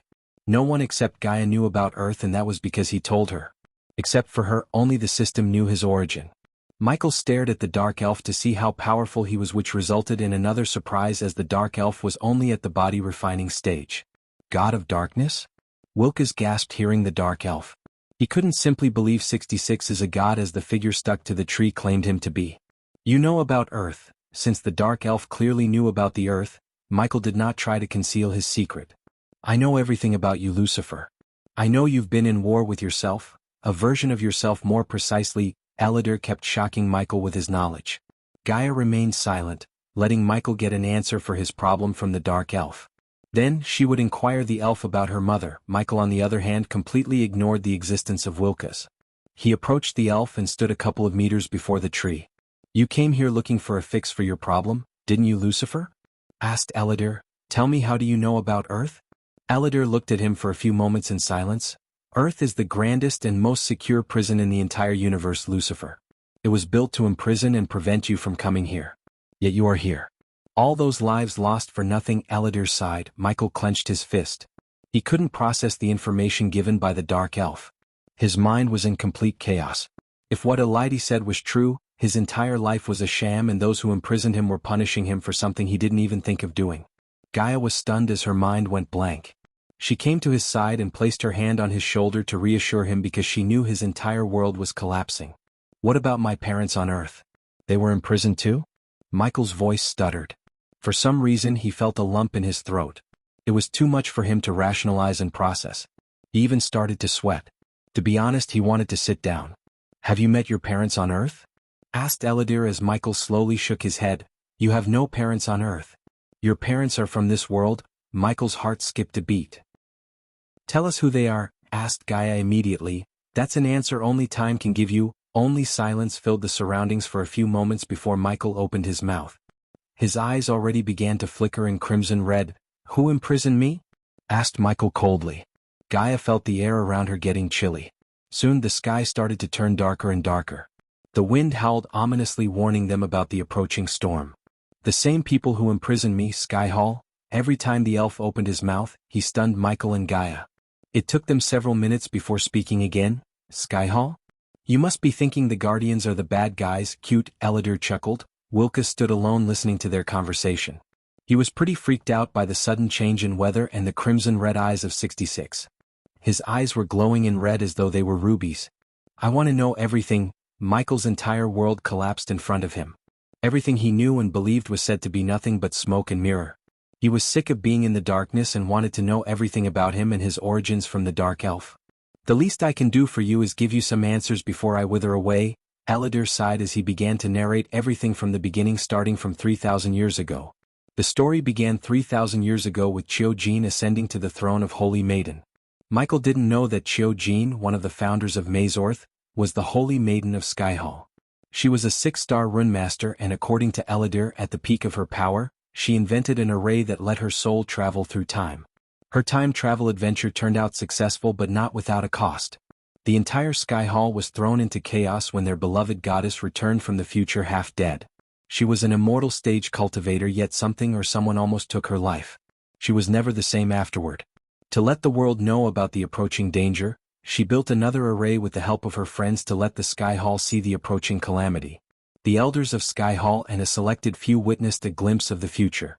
Eladir was one of the elders of Skyhall who watched the world fall into darkness. Qingjiu called the future world the Dark Realm. There was neither sun nor moon in the Dark Realm, there was only utter chaos and darkness. People of the Dark Realm were stripped of their free will. They lived and died as mere cattle. In the world filled with darkness, only one stood atop and ruled the Dark Realm with an iron fist and dread, the Dark Lord. Qingjiu was terrified of his power. She claimed even the gods left the universe fearing the Dark Lord's powers, and the only way to stop the Dark Lord was to imprison the Dark Lord before he reached the pinnacle of his power. Eladir and the other elders were aware of Earth, but they did not know how they created a void universe. There were records of it. Qingjiu's words turned out to be the prophecy, and each of the selected few who witnessed the glimpse of the future created a great clan of their own to protect the world and prepare for the great war against the Dark Lord. What they witnessed pushed the Skyhall to take drastic measures. They scoured the world for the Dark Lord. They massacred anyone who slightly deviated from the path of good in the name of the greater good. After the disappearance of Chiu Jin, the once protector of the world slowly turned into something they were supposed to fight against. Some believed Qingjiu died due to the injuries she suffered during her time travel. Some believed she went back to the future again, and some believed she ascended to the realm of angels after reaching the celestial stage. No matter the reason behind her disappearance, it resulted in Skyhall building prisons, mass graves, torturing thousands of people, and wiping out entire races they deemed evil. Eladir along with some other elders couldn't stand and watch doing nothing. They defected the Skyhall, but not before Eladir finished a ritual that would open the gate to Earth. Eladir and the others saw the Skyhall turning the world into the Dark Realm without even the Dark Lord. Hence, they worked in the shadows to put a stop to the madness. As time went by, they were called the Order, and when the Skyhall found out about them, they branded the Order as the Order of Death. Although the Order of Death was powerful, they couldn't stop Skyhall from capturing the founders of the Order, including Eladir. Eladir believed some escaped, but he wasn't fortunate. The Skyhall marked him as the traitor and chained him to the tree, chaining him with powerful curses. He was to suffer all the eternity alone. And 21 years ago I felt the portal to the Earth open, and I knew they found you. How do they know for sure it's the Dark Lord they found? Asked Gaia. She was burning with overwhelming rage for what they did to Michael. Qingjiu left the Skyhall the means to locate the Dark Lord. 19 months ago I felt the gate to Earth open again. Only this time no one was sent to Earth. On the contrary, you came here. This means Qingjiu was right. It was you who sent to Earth 21 years ago, and there is no mistake. You are the Dark Lord. The armor of Lucifer had completely covered his body along with the cloud of darkness. He transformed into a complete Lucifer form without his control. My parents, what happened to them? Michael growled. Gaia felt a chill, as his voice had never sounded more demonic and cold like this before. The ritual required your ties to be cut off. The strongest tie of them all is the bond between you and your family. To cut the bone, your family had to give you away willingly, and since they sent you to Earth they didn't abandon me, Michael interrupted as the area grew darker. Wilkes was shivering seeing what was happening in front of him. He was in total shock. If he had seen a way to escape, he would have already called for help because it was too freaky.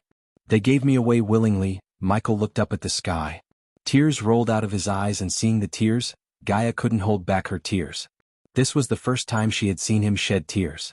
In the corner of his heart, he always believed his parents didn't abandon him but forced him to leave him for some reason. His belief was shattered as he realized they gave him away willingly. If the Skyhall was capable of genocide, they were also capable of torturing his parents. What if they killed his family? Gaia asked Eladir. Gaia would rather hear his family was killed than give him away willingly. She knew how much pain he was going through. The ritual doesn't work that way, and killing his family would not cut the ties. The ritual was extremely powerful and volatile. Any mistakes or changes would have resulted in a calamity. What about Abras? The owner of this body? Is it a coincidence I ended up in him? Michael did not ask more about his parents. He got his answers.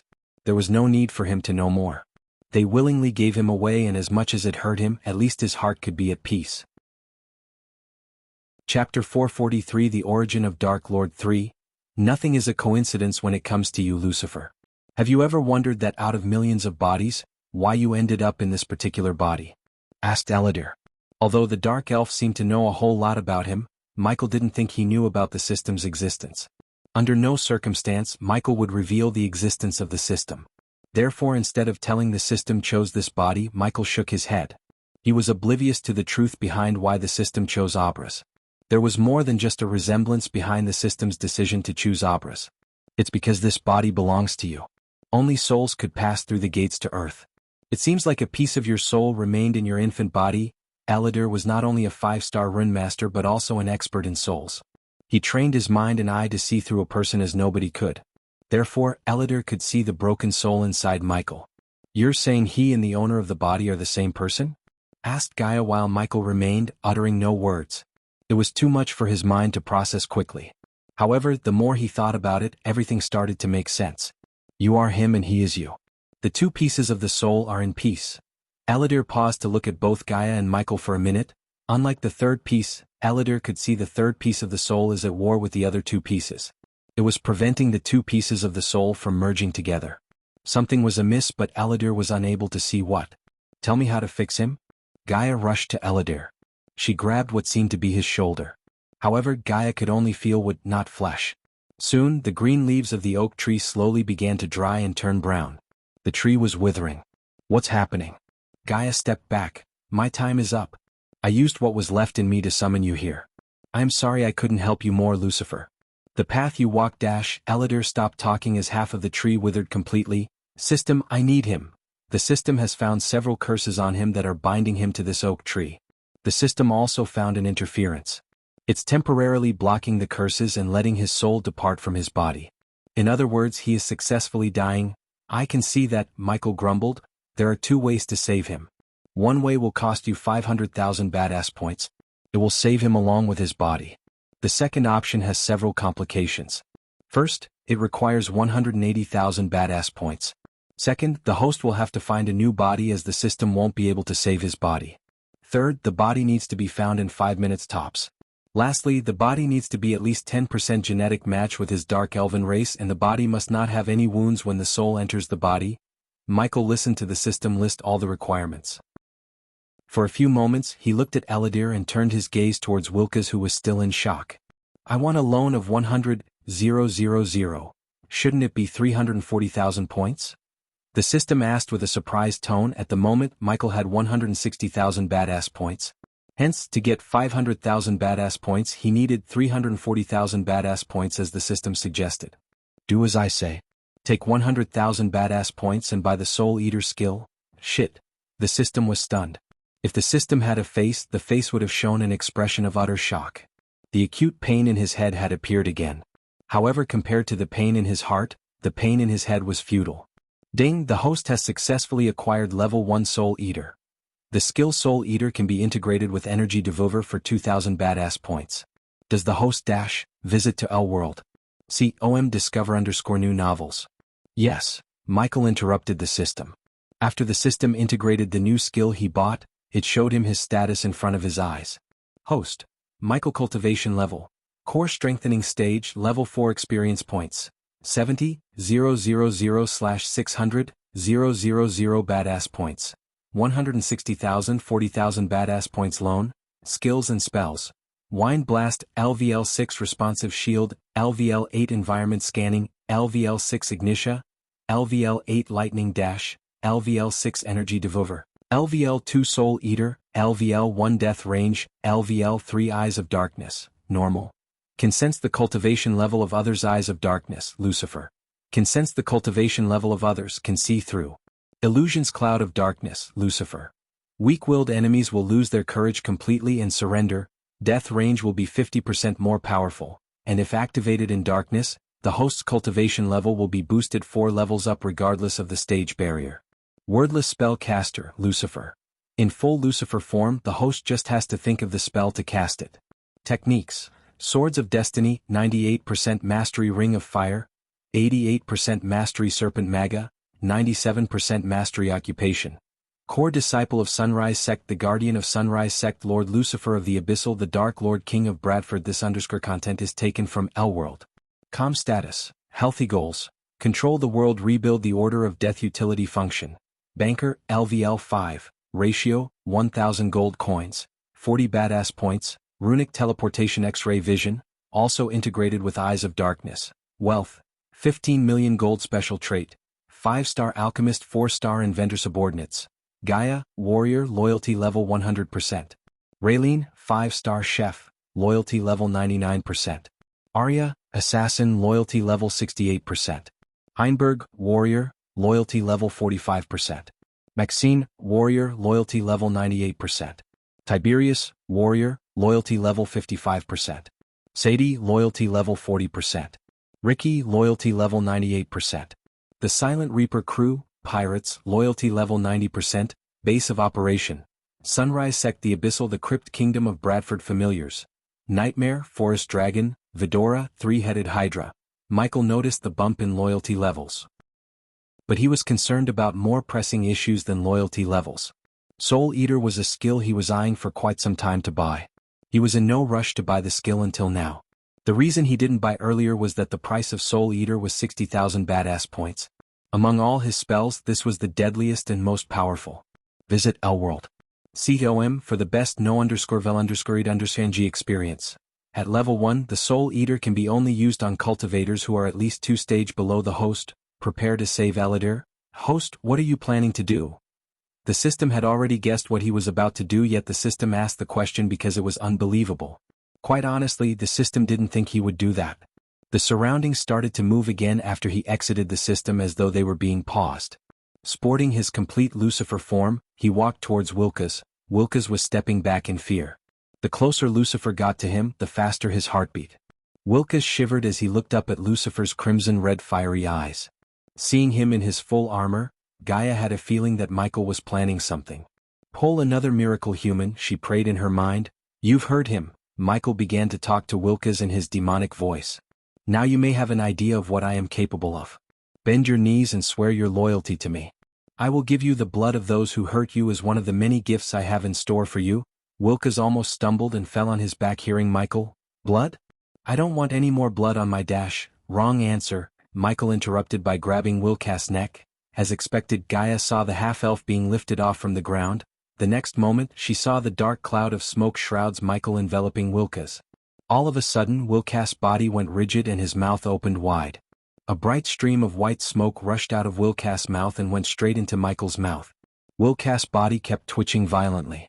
In a few blinks of an eye, his body stopped twitching. System Hayrace, the body for Eladir. Soul transferring initiated. Gaia noticed a beam of light being shot out from Michael at Eladir. She felt the air being sucked out by the light beam. She took several steps back, looking at the tree withering more and more. In a few moments, the tree had crumbled into nothing but ashes. When she looked at Michael, Wilkes' body moved yet again in his hand. Wilkes' eyes rolled back in his eye socket and stayed that way for a few moments. Michael put Wilkes on his feet again as the half-elf gasped for air suddenly. I am alive, Gaia heard Wilkes. She came to Michael's side as Wilkes kept looking at his arms and body as though he had never seen them before. Ding. Congrats to the host for killing a body-strengthening stage level 2 cultivator. The reward is 10,000 experience points as well as 300 badass points. The Soul Eater has absorbed the soul of Wilkes. The host has received 20,000 experience points. The more tainted the soul is, the more the experience points, the system sounded in his mind. Absorbing the souls without battling wasn't the Soul Eater's powerful ability. What made the skill powerful and deadly was its power to turn the souls into experience points. As the system suggested, the more tainted the soul is, the more the experience points. In other words, absorbing an evil person's soul would give him more experience points than the soul of a lesser evil. You absorbed his soul. Gaia heard Wilkes, but something told her that the half-elf in front of her is not Wilkes. The Soul Eater was supposed to be used with Soul Stare, which would make the victim see their past transgressions, and it inflicts upon the individual the same pain they have caused to others. The Soul Stare skill required 300,000 badass points and soul strengthening stage level 8. He was naive and a spineless coward. He would rather live like a maggot than take the chance to change his life. I have no place for a person like him. New _ or pub _ on L-World. See, Elidar was truly stunned at the display of Lucifer's power. The curses put on him were unbreakable, yet Lucifer did not only lift the curse, but he also transferred his soul into another body. He had never heard of or seen a person who could perform such a feat. Now tell me how to deal with this third piece of the soul. Chapter 444 The Origins of Dark Queen. It was supposed to be daytime in the pocket dimension created to imprison Elidar, but because of Michael, the night had fallen early. Elidar was still familiarizing himself with his body. The last time he moved his limbs was almost 3,000 years ago. How do I defeat this third piece of the soul? Asked Michael. His mind was still processing everything Elidar had said. Yet, Michael focused on fixing the imminent problem first. The flame of vengeance was burning like wildfire inside him. He wanted to sacrifice everyone who wronged him in the past, present and future. To achieve his vengeance, he needed to be in his best shape both physically and mentally. The third persona made being sane a difficult task recently. Hence, he wanted the third persona gone. You can't, Elidar shocked Michael and Gaia with his answer. It is a piece of soul, but it's your piece of soul nonetheless. You can't defeat yourself. I assume you have a solution, asked Michael. Luckily Elidar nodded. After seeing the glimpse of the Dark Lord's power, Elidar was convinced that the Dark Lord would be able to destroy the Sky Hall. Defeating the Dark Lord would be near impossible, but if he stuck with the Dark Lord, he might be able to deviate the Dark Lord from destroying the entire world and turn this world into the realm of darkness they saw in the future. Compared to the Dark Lord, the Sky Hall seemed more evil. Over the years, he had seen the Sky Hall do all kinds of forbidden acts in the name of the greater good. They were not directly done by Sky Hall but their puppets. Moreover, Elidar wanted nothing but to see Sky Hall destroyed. How would anyone feel if someone imprisoned them for 3,000 years? Over the years, the elders of Sky Hall tortured him and exterminated his entire bloodline. They hunted his descendants and family like dogs. He wanted revenge, and the one person who was capable of destroying the Sky Hall was the Dark Lord. First, we have to extract the piece of the soul out. In the soul state, it can't be defeated, so we need to cage the soul into a vessel. The vessel needs to be extremely powerful to contain the soul. Finding the perfect vessel and caging the soul into the vessel will be the easy part. Elidar paused for a moment and went on. In physical form, the soul would be many-fold powerful. You need another being strong enough to weaken it. Then you can absorb the soul piece and it will be merged with the other soul pieces and your soul will become whole once again. Elidar couldn't see the expression on Lucifer's face through the mask. After remaining silent for a few moments, Elidar said, "The question is, who is powerful enough to defeat a piece of the Dark Lord's soul? We have to find a vessel to contain the soul," Michael said to Gaia and turned his gaze back to Elidar. Try the L world. Com platform _ for the most advanced _ reading experience. Tell me, how do we extract the soul piece out of me? Gaia already guessed who was in his mind to face the soul piece. Surprisingly, Elidar also knew the person who was in Michael's mind. Thanks to this new body, I can now create an array to help you.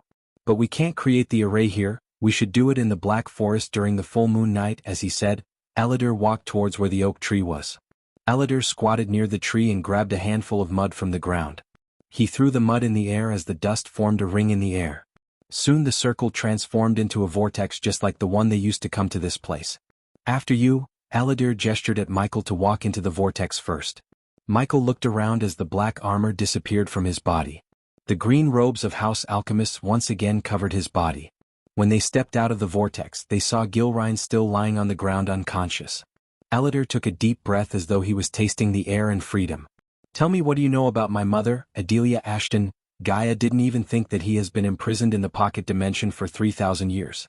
She couldn't hold back as she desperately wanted to know what happened to her mother. The paralyzing agent mixed with the knockout potion would keep Gilrine unconscious for at least 12 hours unless he received the antidote. He was in no rush to wake up Gilrine. Hearing Gaia's question, Elidar turned his gaze from the night sky to her. A few seconds later Elidar heard Gaia. He frowned. He stared at Gaia from top to bottom. He walked towards her, looking her directly in her eyes. You have her eyes. Elidar's voice broke as his eyes watered. Michael could see the great pain in his eyes. Her? You saw my mother? Elidar shook his head. Your ancestor, one of the founders of the order, Edwina Wraith. You have her eyes. Elidar gently brushed Gaia's face. She didn't move or take his hands away because deep down, she too felt a connection with Elidar. Ashton is an alias used by her. I guess her descendants used this alias as their family name. Elidar smiled slightly. Tell me, what do you know about my mother? Where is she? Is she alive? asked Gaia with the hope of finally getting an answer about her mother. Michael didn't interrupt. He remained silent, letting her ask all the questions she wanted while checking out his surroundings. Besides, he himself was in utter shock. Visit to L-World. _discover_new novels. How is my family related to your order and him? She pointed at Michael. You don't know? Eladir was surprised. Gaia shook her head. Your ancestor Edwina was a founder of the order. She served the order and the Dark Lord. During the last stages of the war, she made sure the elders who were essential to finding the Dark Lord could escape the Guardians and the Sky Hall. When everyone was afraid of the Dark Lord, she was the only one who believed that he might be what this world needs. So together we came up with a rune that would pass the secrets about the order and the responsibility of the wraiths to her descendants. Gaia's face was blank as she didn't know how to react. She thought her mother had somehow meddled with the order, yet she never expected her entire bloodline would be the servants of the Dark Lord, and her ancestor was one of the founders of the order. When a wraith dies, a piece of their soul would be left behind to pass on the secrets to the next of kin. If you hadn't seen it, that means your mother is still alive, Mom. Gaia's eyes watered up, but this time, it was filled with tears of joy. She couldn't stop herself from grinning. My mother is alive? Asked Gaia, tears rolling on her face. That rune was one of my best works. So I am sure. Gaia leaped at Eladir and hugged him tightly. He had given her the best news in many, many years. She did not even dare to think he might be lying or wrong. Deep down, she always felt as though her mother was still out there somewhere. I need to find her. How do I find her? She was still hugging him. You can't, no one can. When she heard Eladir, her smile froze as she let him go. She took a step back to see Eladir sigh. Your mother is a wraith. When a wraith doesn't want to be found, no one can find them. You can't hunt a huntress. Wherever she is, she must be hunting someone. Try the L-World. _platform_ for the most advanced reading experience. Somewhere else in the Black Forest, Victoria and Edith were standing among numerous dead mountain trolls. They were in a dark dungeon dimly lit with torches. In addition to mountain trolls, there were countless dried bones and skeletons. Unlike Victoria, who remained calm, Edith was breathing heavily. Is it over? I think so, but don't let your guard down. The sword in Victoria's hand was not made of any metal. Her sword could not even be compared to the swords in this world. Any blade would be cut in half by her sword because it was made of pure cosmic energy. The emerald green energy sword radiated frightening power. At the end of the dungeon was a metal gate with several glowing runes. Victoria cautiously walked towards the gate, expecting a trap to appear any second. They had faced countless traps, skeleton guards and mountain trolls and undead. Yet nothing could stop Victoria and Edith. They came prepared, and she overwhelmed everything with her cosmic energy. Edith's runes enhanced already god-level powerful Victoria to another level. The mountain trolls and the skeletons stood no chance against her. Unexpectedly, they faced no more traps or enemies on their way to the gate. What do they say?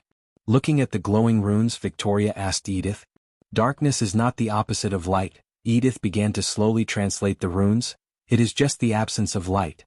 The place where light and dark begin to touch is where miracles arise. It doesn't make any sense. Does it say anything about how to open this gate? Victoria asked, running her hand on the gate. Creak. The moment she touched the gate made a loud creaking noise.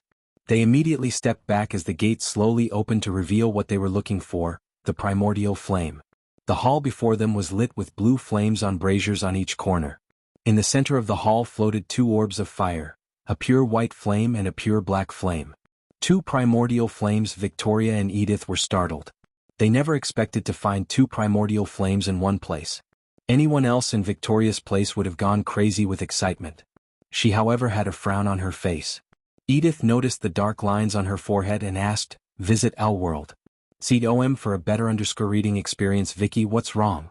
This is too easy, Victoria muttered. Chapter 445. The Primordial Flames. The two primordial flames were hovering in the air next to each other. Victoria could feel the power being radiated by the two flames. Victoria closed her eyes as a wave of golden energy shot out from her. The wave of cosmic energy scanned the room for any traps. The lines on her forehead became darker. Seeing the cosmic energy activates no traps. Although the cosmic energy activated no traps, Victoria still expected a trap to appear any second when she was making her way towards the primordial flames. The primordial flames didn't react to the intruders. Victoria was informed that the primordial flames have a mind of their own. In the world there were only 3 primordial flames. cold flame, hell's flame, and heaven's flame. Only a few knew the myth of the existence of the fourth primordial flame, the dark flame.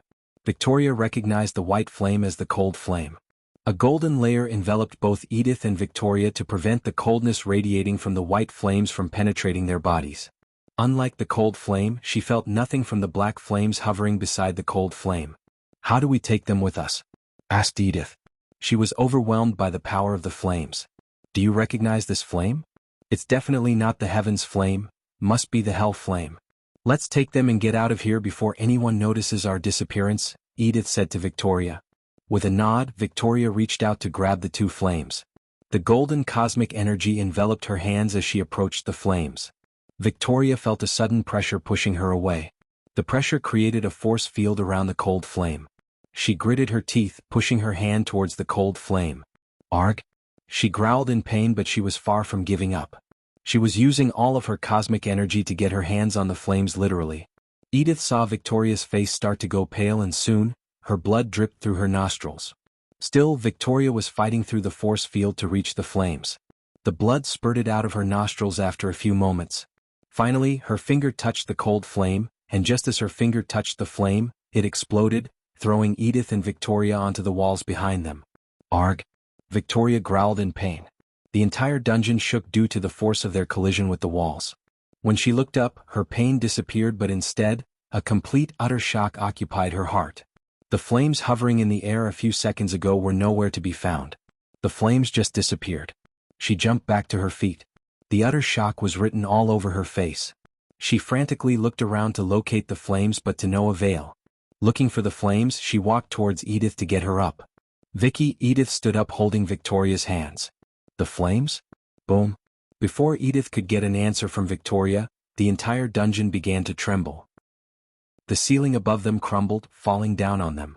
"We have to go." Victoria knew there was no time for them to linger around. Their lives were more precious than the primordial flames. While the dungeon was crumbling like a house of cards, they ran as fast as possible. The flame of anger burned inside Victoria hotter and brighter. If she had absorbed the primordial flames, she and her father would have reached a pinnacle of power sooner than they initially planned. The most up-to-date NOV_Ls are published _here L-World. Only the primordial flames were powerful enough to be equal to the cosmic energy. That was why her father was hunting for the primordial flames.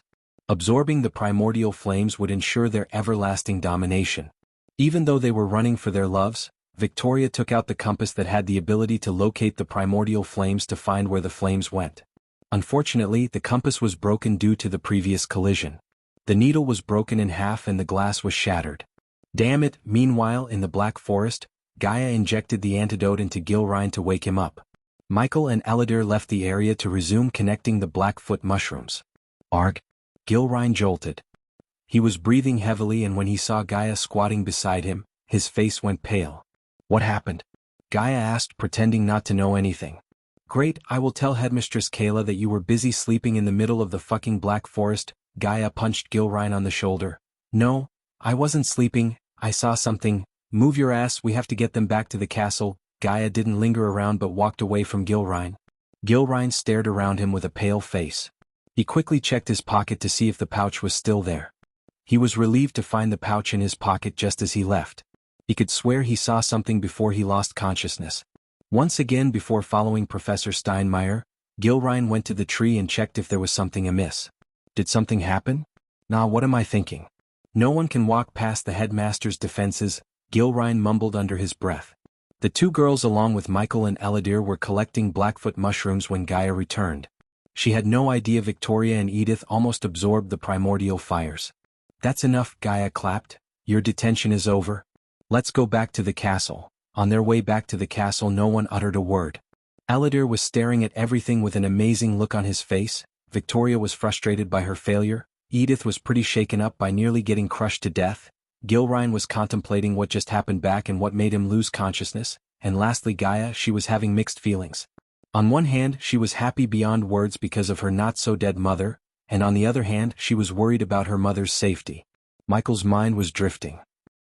Many memories he experienced on Earth as Ghost and in this world as Abras flashed across his eyes.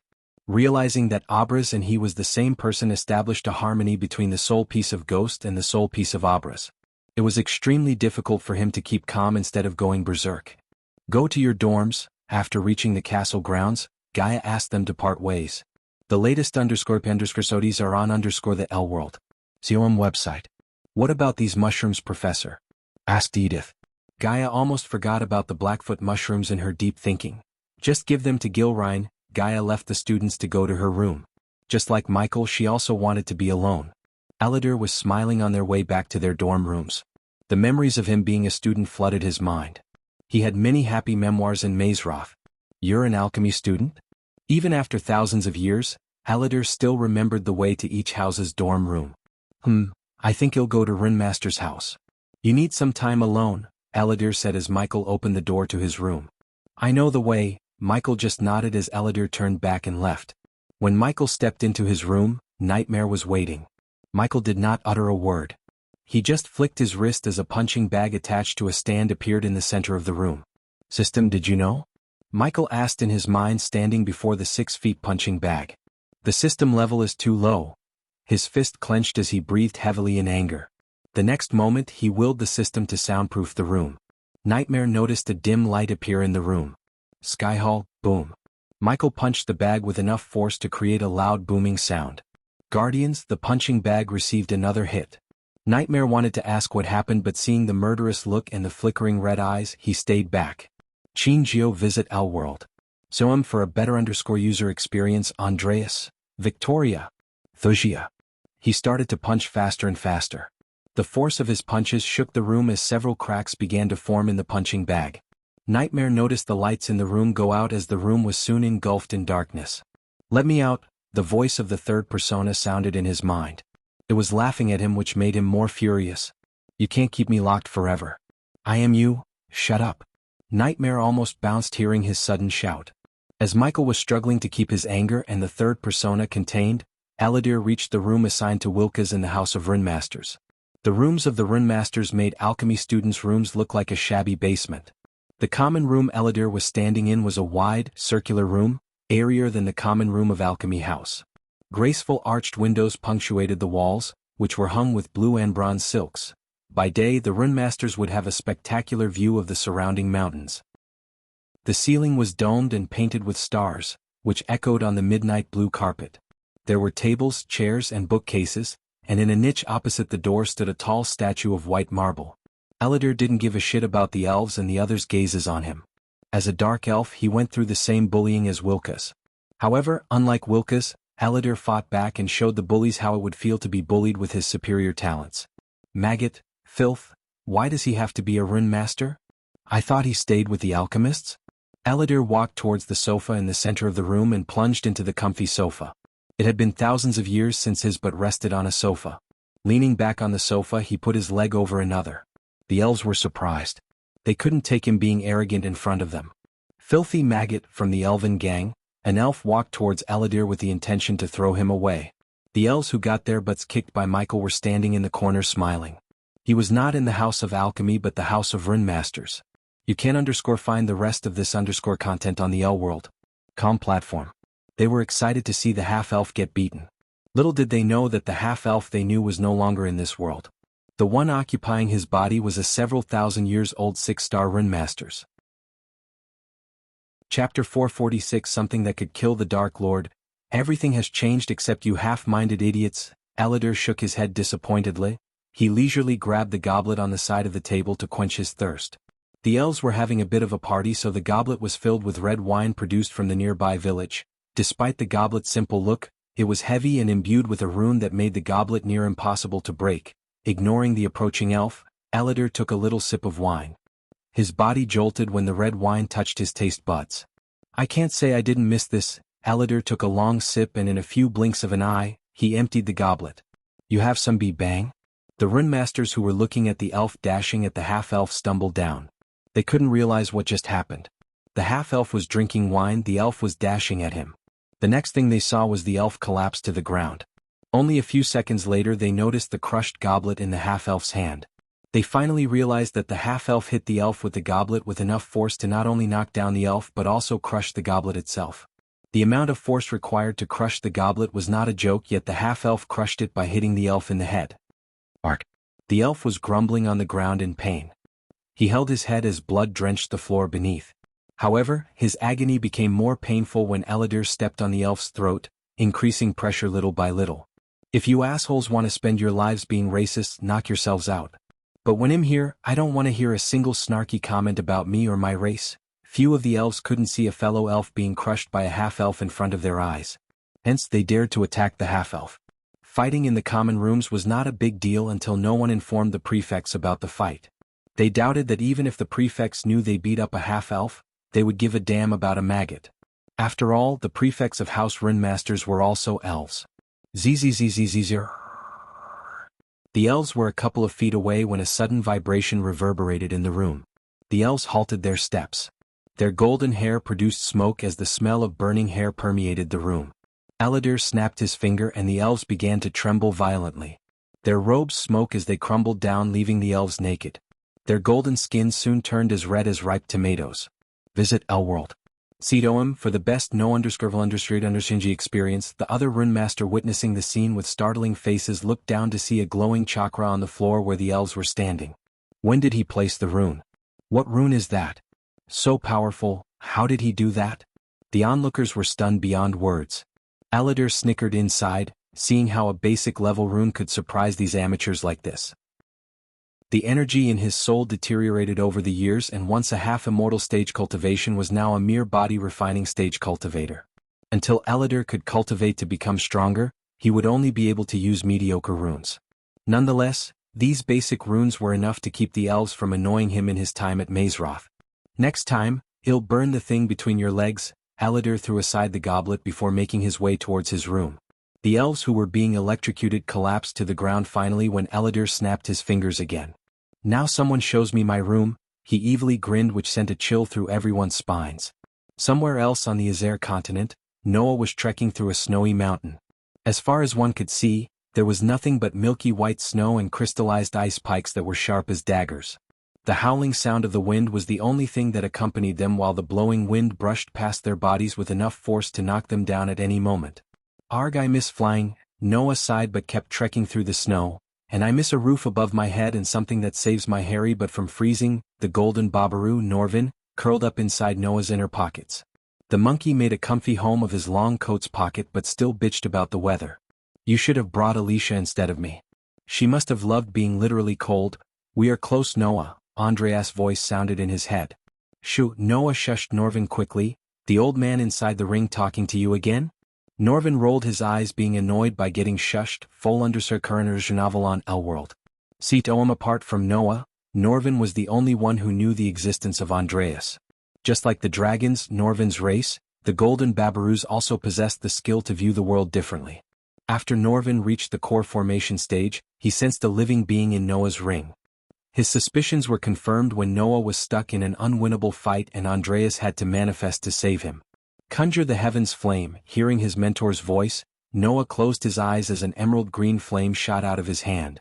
The green light lit their path. Look, Norvin quickly pointed out at the runes on their path to the top of the mountain. We are on the right path, Andreas was excited. It was the first time he sounded excited since they found the location of the Dark Lord. The failure to apprehend the Dark Lord still haunted both Noah and Andreas. They were so close to capturing him, yet he outsmarted him by using Noah's family as hostages. What happened that day made Noah realize what the Dark Lord was capable of and the necessity to eliminate him. What they were seeking could help in doing just that. They followed the runes to the top of the mountain. Noah climbed the mountain with new vigor, seeing he was close to the weapon that could slay the Dark Lord. Tell me why we can't fly up again? Asked Norvin, feeling tired just by seeing Noah climb the mountain. Using arch energy will activate the traps, Noah answered while climbing higher and higher. The higher he climbed, the colder it got.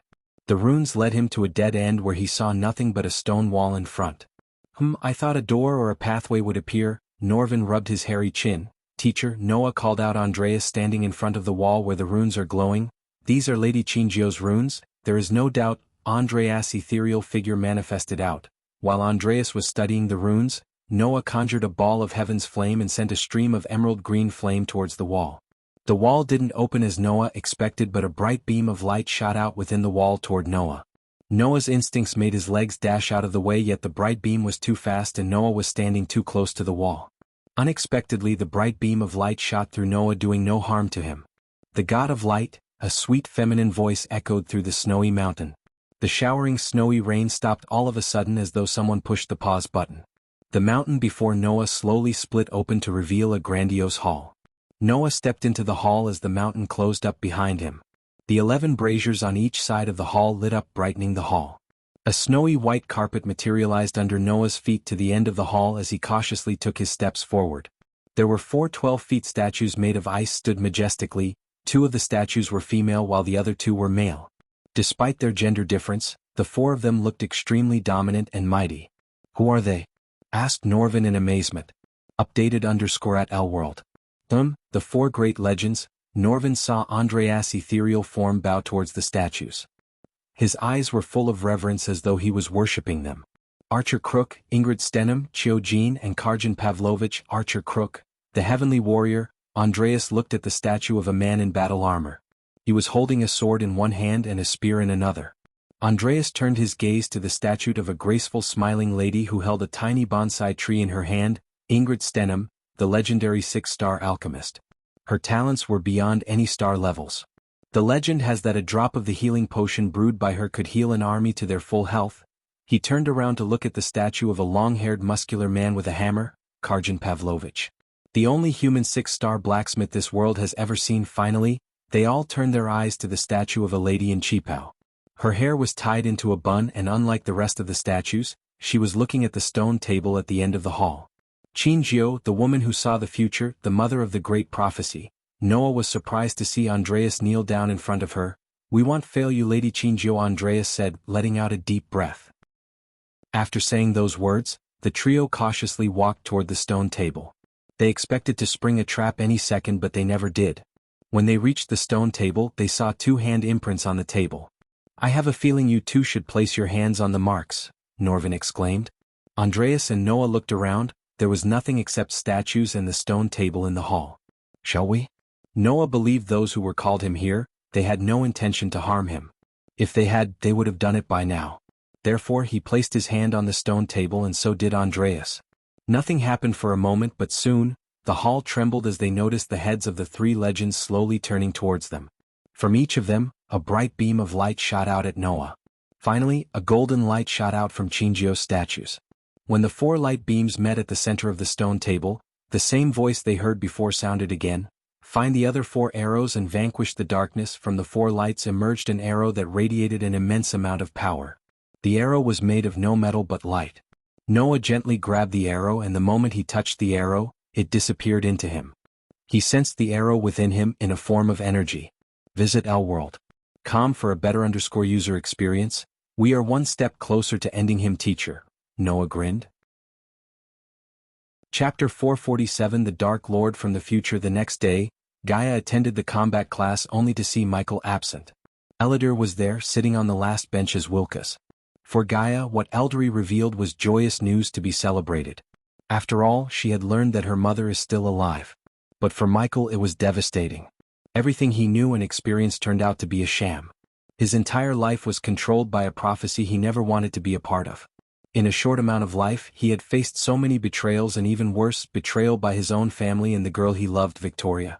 She knew how he was feeling, a puppet, a boogeyman created by the Sky Hall. If he was what they claimed, he wouldn't have saved her, Raylene, Christopher, and revived a dying sect to live. Regardless of his intentions, he saved more people than a typical guardian. The thought of Sky Hall and the Guardians pushing him on the path to become the Dark Lord and dictating his life pissed off her. He always acted calm even when the odds were against him, which happened rarely due to his caution and plans. She wasn't sure how he had been reacting. Her mind was boggled on her way to his room. Since she sent all the students, including the alchemists, out on training, no one saw her entering the House of Alchemists. Her heart was pounding faster and faster as she got closer to his room. Sigh, standing in front of his door, she took a deep breath. She rotated the wedding ring on her finger nervously. The room was ominously silent. The thought of him leaving her flashed across her mind, almost making her eyes water. She didn't know why she thought that, but the thought did come across her mind. Her hands shivered, moving towards the doorknob. When she finally opened the door, she was thoroughly shocked. She just stood in the doorway, dumbstruck. Michael was doing push-ups rather than being sad or gloomy. The other surprising thing was he had the Lucifer armor on an armor stand. His naked upper body had smudges of black paint which indicated he had been painting the armor and modifying it. "Hey gorgeous," she saw him jump back on his feet. He walked to her with a wide grin on his face, wrapped his hand around her waist, pulled her closer and locked her lips with his. For a man who should have been gloomy, he was way too cheery. "Hey human. What's going on?"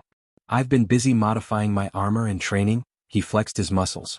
Under normal circumstances, she would have gawked at his chiseled body with awe. He went back to the armor and attached the hidden blades to the sleeves. Michael, she was confused. She expected anything but this. He was so cheery than usual. "I was thinking that I should remove the cape." Gaia saw him rubbing his beard doubtfully. "Visit to L World.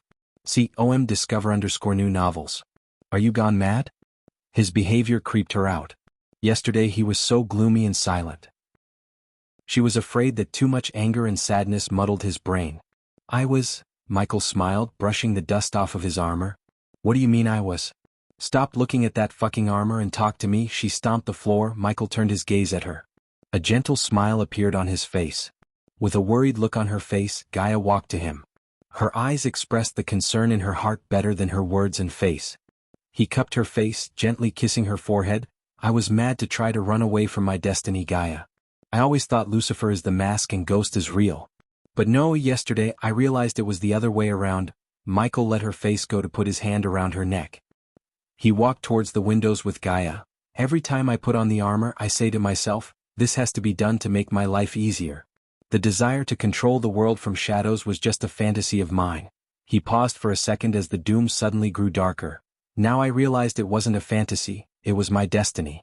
Even after learning everything about the Order, the prophecy, what the Guardians did, I tried to run away from my destiny. I wanted to change it. But dread it, run from it. Destiny arrives all the same." Gaia sensed an otherworldly aura from him. Even the breathing became harder as she felt like being choked by the aura. "You're acting weird, Michael. You're not the Dark Lord they claimed you to be. You're better than that, I know you.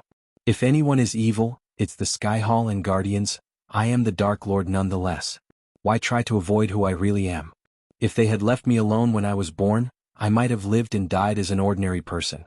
But they showed me the path to become something more, a god who could reshape this world to his own liking." The fear shrouded Gaia's mind as the light in the room continued to flicker. Soon the room fell pitch black. Manipulating the darkness was not a skill or spell he bought from the system. Rather, he felt as natural as breathing.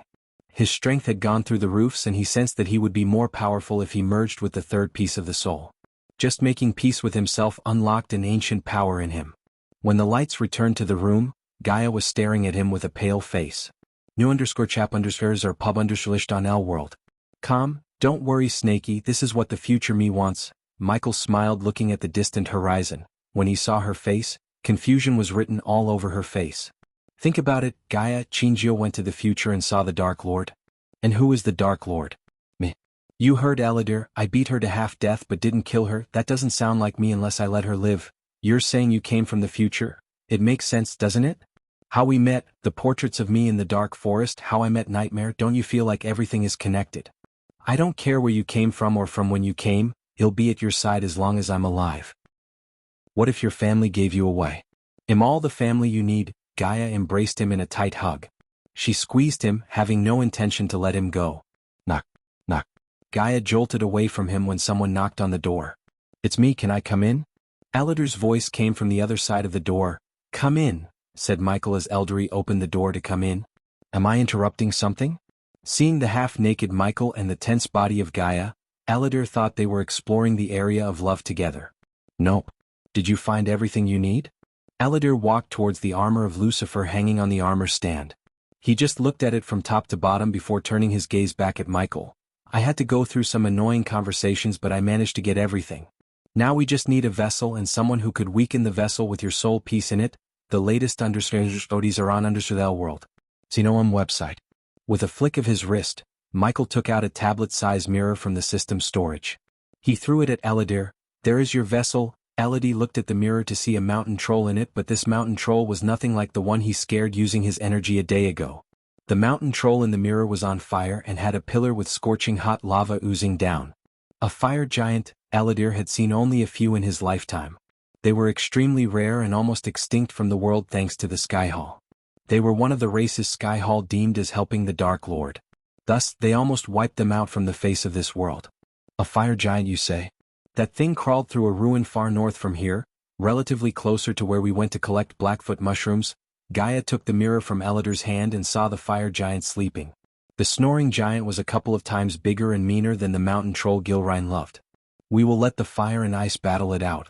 In 2 days, I want my soul to be whole again. The ritual to extract the third piece of soul out had to be performed on a full moon day. Fortunately, the next full moon was in 2 days. The fire giant's appearance was not a coincidence but a result of Victoria's visit to the dungeon. She killed everything that guarded the dungeon except the fire giant. When the primordial flames left the dungeon, they woke up the slumbering giant. The giant was now tracking the primordial flames. Michael was oblivious to the intention of the fire giant. His first priority was to make his soul whole. He had a feeling that once his soul became whole again, his powers would grow exponentially. What's the plan? Asked Gaia. I will lure the fire giant to the ritual site. You make sure no one plays hero. Michael then explained the full extent of his plan to Elidar and Gaia. After hearing the plan, Elidar was quite surprised. The plan was simple but elegant and fail-proof. Slowly Elidar realized why a legend of a person such as Chinjio shuddered to even utter his name. He had devastating power and a brain to outsmart his opponents. This was a deadly combination. Moreover, his soul seemed to be in peace unlike when he first met him. What's the plan after you absorb the third piece? Asked Gaia. Try the L world. /OM platform _ for the most advanced _ reading experience. Farming badass points, Michael thought in his mind but only revealed a smile to Gaia. Chapter 448 The Alchemy Class and Bullies. Only 1 day remained until the full moon. To farm badass points and brew a potion that would attract the fire giant to the ritual site, Michael went to the potions class. Lucky for him, today was the first day of potions class. Potions lessons took place down in one of the dungeons. It was colder in the classroom than up in the main castle and would have been quite creepy enough without the pickled animals floating in glass jars all around the walls. The classroom was large enough to hold at least 30 students, their cauldrons and their work tables. In the corner of the classroom was a basin into which icy cold water poured from a snake's mouth. A student supply cupboard could be seen in the room, along with a blackboard on which the professor could write formulae and recipes for potions and pills. Professor Lane's office and personal stores were adjacent to the potions classroom and there was a room in the corner to access the office from the potions classroom. Michael felt weird carrying a set of books like a student. When he entered the classroom he noticed that not only the classroom was gloomy but also the students looked gloomy. None of them dared to utter a word. As he liked, he went to the table at the far end of the corner from the professor's table. A copper cauldron along with a yellowish parchment laid on the table. Hey, a brown-haired youngster next to Michael's table waved at him with a friendly smile. Since the youngster was sharing his table with orcs and beastmen, he seemed to be glad to meet a fellow human. Michael just nodded with a smile before reading the contents written on the parchment. Healing potion recipe. Michael immediately recognized the ingredients and what potion could be brewed using these ingredients. Another batch of baffling bumbling fools. A cold voice reverberated in the classroom. The students saw Professor Lane walking out of the door connecting the classroom and his personal office. Professor Lane Voldegard was a tall thin man with pallid skin, a large hooked nose, and a pearl-white set of teeth. He was dressed in flowing black robes which made him resemble an overgrown bat. He had shoulder-length, smooth black hair which framed his face in curtains, curling lips and dark, penetrating eyes that resembled tunnels. When he entered the classroom, the already gloomy classroom turned gloomier. The most up-to-date NOV_Ls are published _here Lworld. You are here to learn the subtle science and exact art of alchemy. As there is little fancy spell casting here, many of you will hardly believe this is sorcery. I don't expect you will really understand the beauty of the softly simmering cauldron with its shimmering fumes, the delicate power of liquids that creep through the veins, bewitching the minds and snaring the senses. I can teach you how to bewitch minds, turn water into gold, and even stay young forever if you aren't as big a bunch of fools as I usually have to teach. He sounded more like hissing than speaking. He had a waspish tongue that subtly spewed so much venom toward the students. In the very first class he started to pour water over the students' fire to learn more. On your table there is a list of ingredients. You have 30 minutes to concoct the pill. Whoever concocts the least bad will get to use the classroom after the class. I know it will be hard for you but try not to make a mess. The students rushed to all corners to collect the required ingredients. No one stopped for a second to look around the classroom to locate the ingredients instead of rummaging through all the jars and plants. "Let me show you kids how it's done." He was in dire need of badass points, which pushed him to show his greatness to everyone. When he first came to Mazeroth, he planned to stay anonymous, find the Dark Elf, and get some allies. Everything changed after he talked to Eladir. He was neck-deep in enemy territory. Although it was risky to show his true prowess, this was also a great place to earn thousands of badass points. Lane misdirected the students by saying concoct the pill. In reality, it was a potion. He wanted the students to figure it out. Looking at the students running around the classroom like headless chickens having no clue, he was disappointed but didn't seem surprised. He seemed as though he expected this. Among the headless chickens, Lane noticed Michael, who calmly walked around the classroom collecting the right ingredients using the correct methods. His blank face literally turned green when Michael conjured his alchemy flame in the middle of the class. The gloomy dark classroom was lit green by the fuming emerald green flames hovering over Michael's palm. "What the hell are you doing?" One female student who dropped her ingredient in shock shouted at Michael. Ignoring the girl, he threw the first ingredient into the alchemy flame.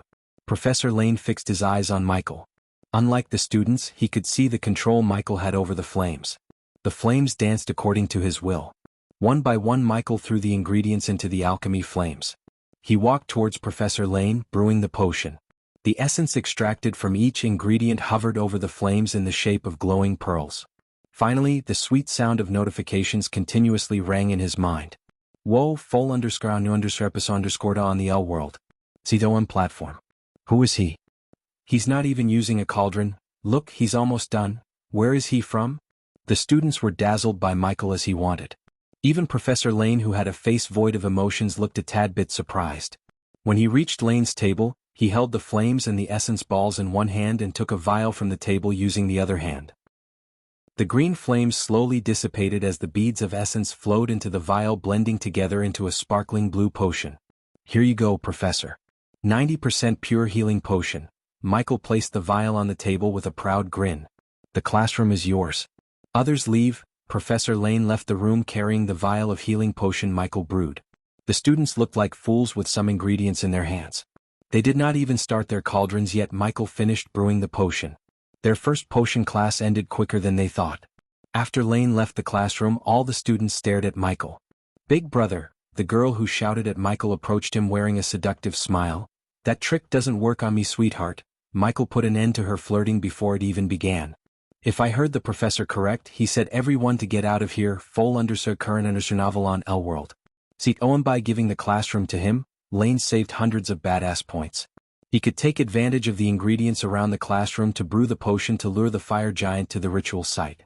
Seeing how coldly he handled the girl, the other did not dare to start a conversation with him. They branded him as the most arrogant one in the class within a few seconds. Michael couldn't care less about what they think of him. Most of the students here would serve the Sky Hall or any one of the great clans. Sooner or later he might meet them on a battlefield. The last thing he wanted was to share his knowledge with his potential enemies. The ingredients to brew the bait potion were quickly found by Michael. He quickly started to brew the potion before Professor Lane returned. While collecting the herbs, he also collected seeds from the rare herbs Professor Lane had in his classroom. Michael did not linger in the classroom longer. As soon as he finished brewing the bait potion and some other potions and pills, he left the classroom. He had combat classes and spell casting after alchemy. However, since he finished the alchemy class within 5 minutes, he had some free time. The class was profitable as he earned almost 50,000 badass points. Still not enough, Michael sighed. He took a loan of 100,000 and before he could start spending the points, he wanted to settle his debt. "I should go see how Nightmare is doing." When he stepped out of the classroom, he remembered Nightmare. The dragon was having his own classes with the magical beasts professor in the arena. With the help of a few markers, Michael made his way to the arena. The corridors and the courtyard were peaceful and captivating. He would hate to destroy this place if Mazorth chose to go to war with him. Somehow he felt they would stand in his way to domination. The path to the arena was adorned with yellow maple trees. The paved path was blanketed by the golden leaves and looked as though they were covered in pure gold. Michael was enjoying peace and tranquility. The arena was an oval-shaped pitch with hundreds of seats raised in stands around the pitch, so the spectators were high enough to see what was going on. In the middle of the arena was something that resembled a cricket pitch. Currently, when he entered the arena through one of the many gateways, He saw countless creatures flying in the sky and running around the grass field. Try the L World. SOM platform _ for the most advanced _ reading experience. A group of students occupied the seats at the north end of the arena. Michael's face turned cold when he looked closer at them. Instead of flying in the sky or running around like the other dragons and the familiars, Nightmare was chained to a pole with a bunch of SPHYNX cats. Besides Nightmare and SPHYNX cats were a few first-year students. The first-year students seemed to be swimming on the ground. The group of students was adorned in the robes of house warriors. It wouldn't take a genius to figure out that the first-year students in Nightmare were being bullied and ragged. Chapter 449 Spellcasting Class. Although Michael saw Nightmare being bullied, he didn't intervene. He just turned and left the arena, but not before taking a long look at the bullies. 4 guys and 1 girl. The one who seemed like the leader of the group had wavy red hair, tan skin, a lean body, and a cobra tattoo from his neck to his left ear. Leaving the arena, he went to the spellcasting class, which was conducted by Professor Neil. The spellcasting classroom had 3 rows of desks, all facing the teacher's table, behind which sat a large throne-like chair with a high back. 2 blackboards flanked the teacher's table, and behind them was a small shelf with books and other objects, beneath a pair of windows. The spellcasting classroom was smaller than the alchemy classroom but brighter in lighting and atmosphere. Students were happily chatting with their friends and looking forward to their first spellcasting class. Considering all the students had to take the spellcasting class, all the alchemy students were present in the class. When Michael entered the class, all their eyes fell on him. The alchemy house mostly consisted of humans and orcs as well as a few elves. The elves who were sorted into House of Alchemy were deemed inferior by the elves who got sorted into House Warriors or House Runemasters. Unlike the humans in the alchemy class, the orcs looked at him with a sense of respect. The orcs who sat on the last bench moved aside to make space for him. Edith noticed the change in the alchemy students' faces when Michael entered the classroom. Her train of thought was stopped as Professor Neil suddenly appeared in the middle of the class. Professor Neil was the polar opposite of gloomy Professor Lane. He was wearing a neatly pressed coat suit that was tailored for him by the best tailors in the Ukulun realm. He looked charming and lively, wearing a bright grin from ear to ear. Though he had a few strands of gray hair among his raven black short hair, his vigor and liveliness blanketed his true age. "Welcome to your first spellcasting class, dear students." "Why so serious?" Professor Neil's voice softened. "Say good morning like there's no tomorrow." "Good morning." The students cheered thunderously. His fusion stage level 8 cultivation earned him instant respect from the students. Professor Neil waved his hand as the blackboards flanking the teacher's table merged into one long board. "All of you have cast spells in your life at least once. You're familiar with them, right?" Professor Neil looked at the classroom as the students nodded their heads. "You can find the rest of this content on the Nell World COM platform. So tell me, what is a spell?" Edith quickly raised her hand. "Yes, Miss 45. The whole class including Michael stared at Edith. "A spell or an incantation, a charm, an enchantment or a bewitchery, is a magical formula intended to trigger a magical effect on a person or objects using energies found in the world. The spell can be spoken, sung, or chanted." "Wonderful." Professor Neil bowed towards Edith as the whole class chuckled while Edith just bowed back embarrassedly. As Miss Talented 45 said, "A spell can be spoken, sung, or chanted. But what about this?" Professor Neil swirled his fingers as a mini cloud appeared above their heads. A streak of lightning flashed across the classroom and hit the table on which Edith was sitting behind. Edith almost jumped back in shock. A beautiful blue Ross emerged from the place where the lightning hit. "Look at that, a pretty flower among gorgeous misses." Professor Neil winked at Edith and Victoria. Edith returned his wink with an awkward smile, but Victoria outright ignored him. Anyone with 2 eyes could see Professor Neil was extremely flirty. With his cultivation stage and handsomeness, it was obvious he had been with more ladies than bees in a hive. "I didn't speak, sing, or chant, but still I cast a spell. It's a chantless spell." An elven girl raised her hand. "New novel understanders are published here. L World COM. Another beauty with a knack for knocking down my questions." Professor Neil kissed his palm and blew it as rose petals materialized in the air and flew towards the elven girl. "There are 2 kinds of spell casting. The ones we cast by speaking, chanting, or singing have no special name, it's just called spells. But the ones we cast without doing the above mentioned has a special name, chantless spells or chantless spell casting." Professor Neil wrote the word chantless spell casting on the board in stunning handwriting. "But you might be tempted to say my fusion stage cultivation allowed me to cast chantless spells. That's not true." Any one of you could cast chantless spells if you are talented enough, which brings me to my next question. What did I mean by talent? He looked at the classroom for a few moments but none answered. All of you are extremely talented, that's why you've been selected to enroll in Mazeroth. But what made you different from those who did not get into Mazeroth? The answer is your soul and Bodhi's ability to process the energies within you. That's what made you different from the others, that's what talent is. Your body and soul take in a higher amount of energy compared to the others. The more energy you take in, the faster you climb the higher stages of cultivation. Yet, one's soul remains a constant but the body is the variable. In a few blinks of an eye, Professor Neil drew the anatomy of the human body perfectly on the board. The soul cannot be polluted, unlike the body. If you don't take care of your body, your ability to absorb energies from the world will be hindered.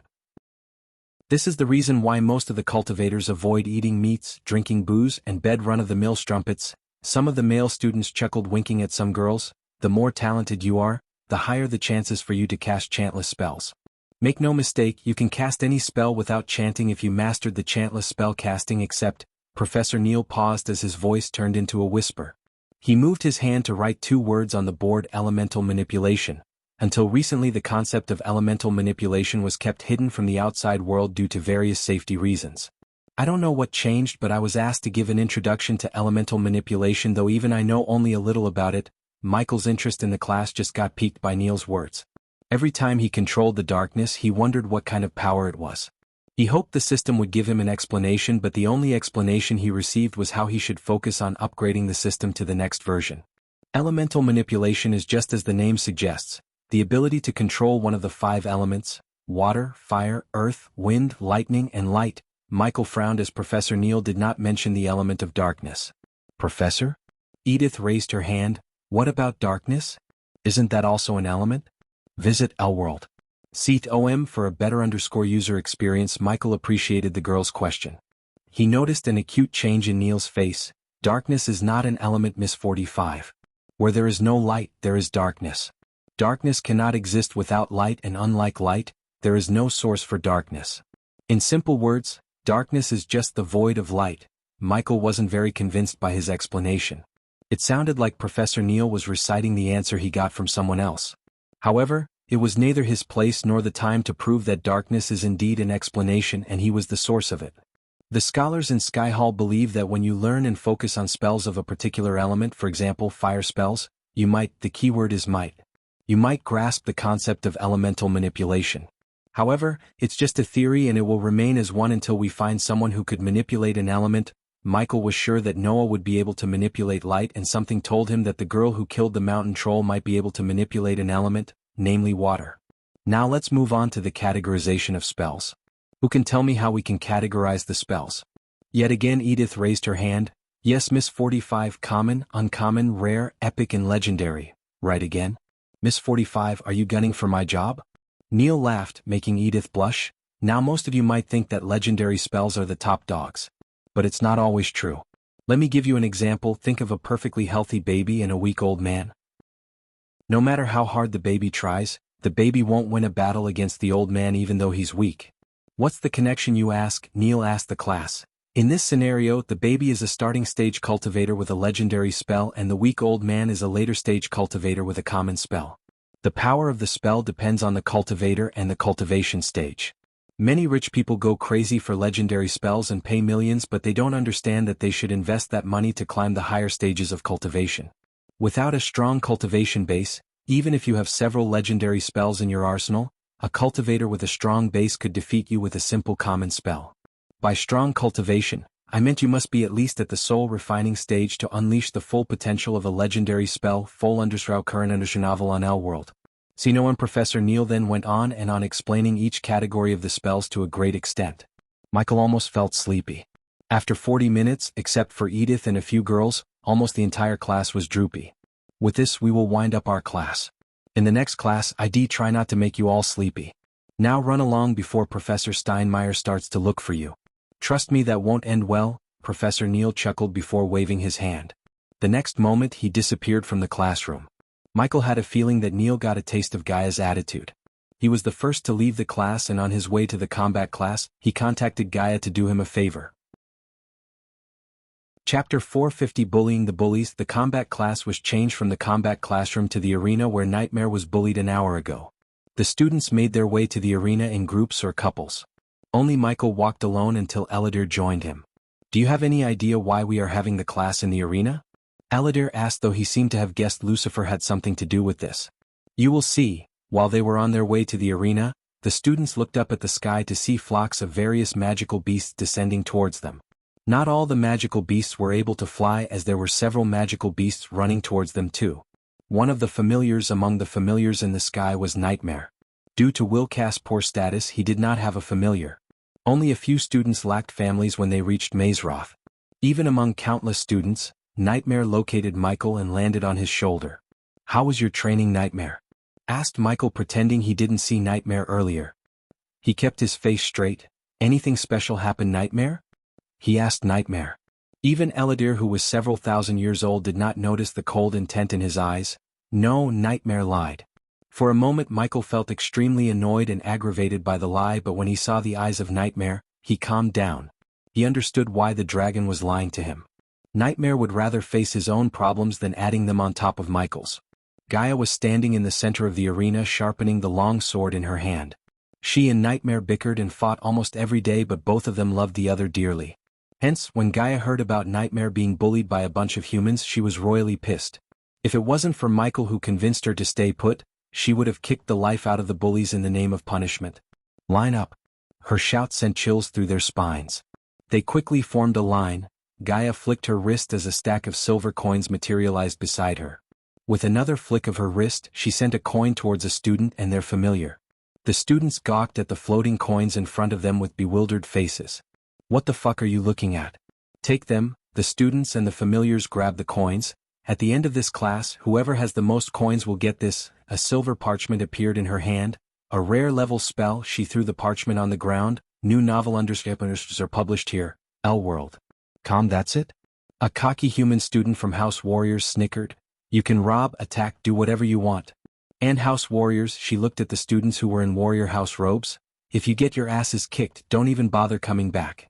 Now shoo, she gestured at them to go away, but not before taking a long look at where Michael was looking at the bullies. The students immediately scattered in all directions. Most of them chose the Black Forest as their destination. The Black Forest would provide them with much-needed cover for them to safeguard their coins. Many who were not warriors knew they would be decimated if they went against the warriors or runemasters. Hence, hiding was their only choice.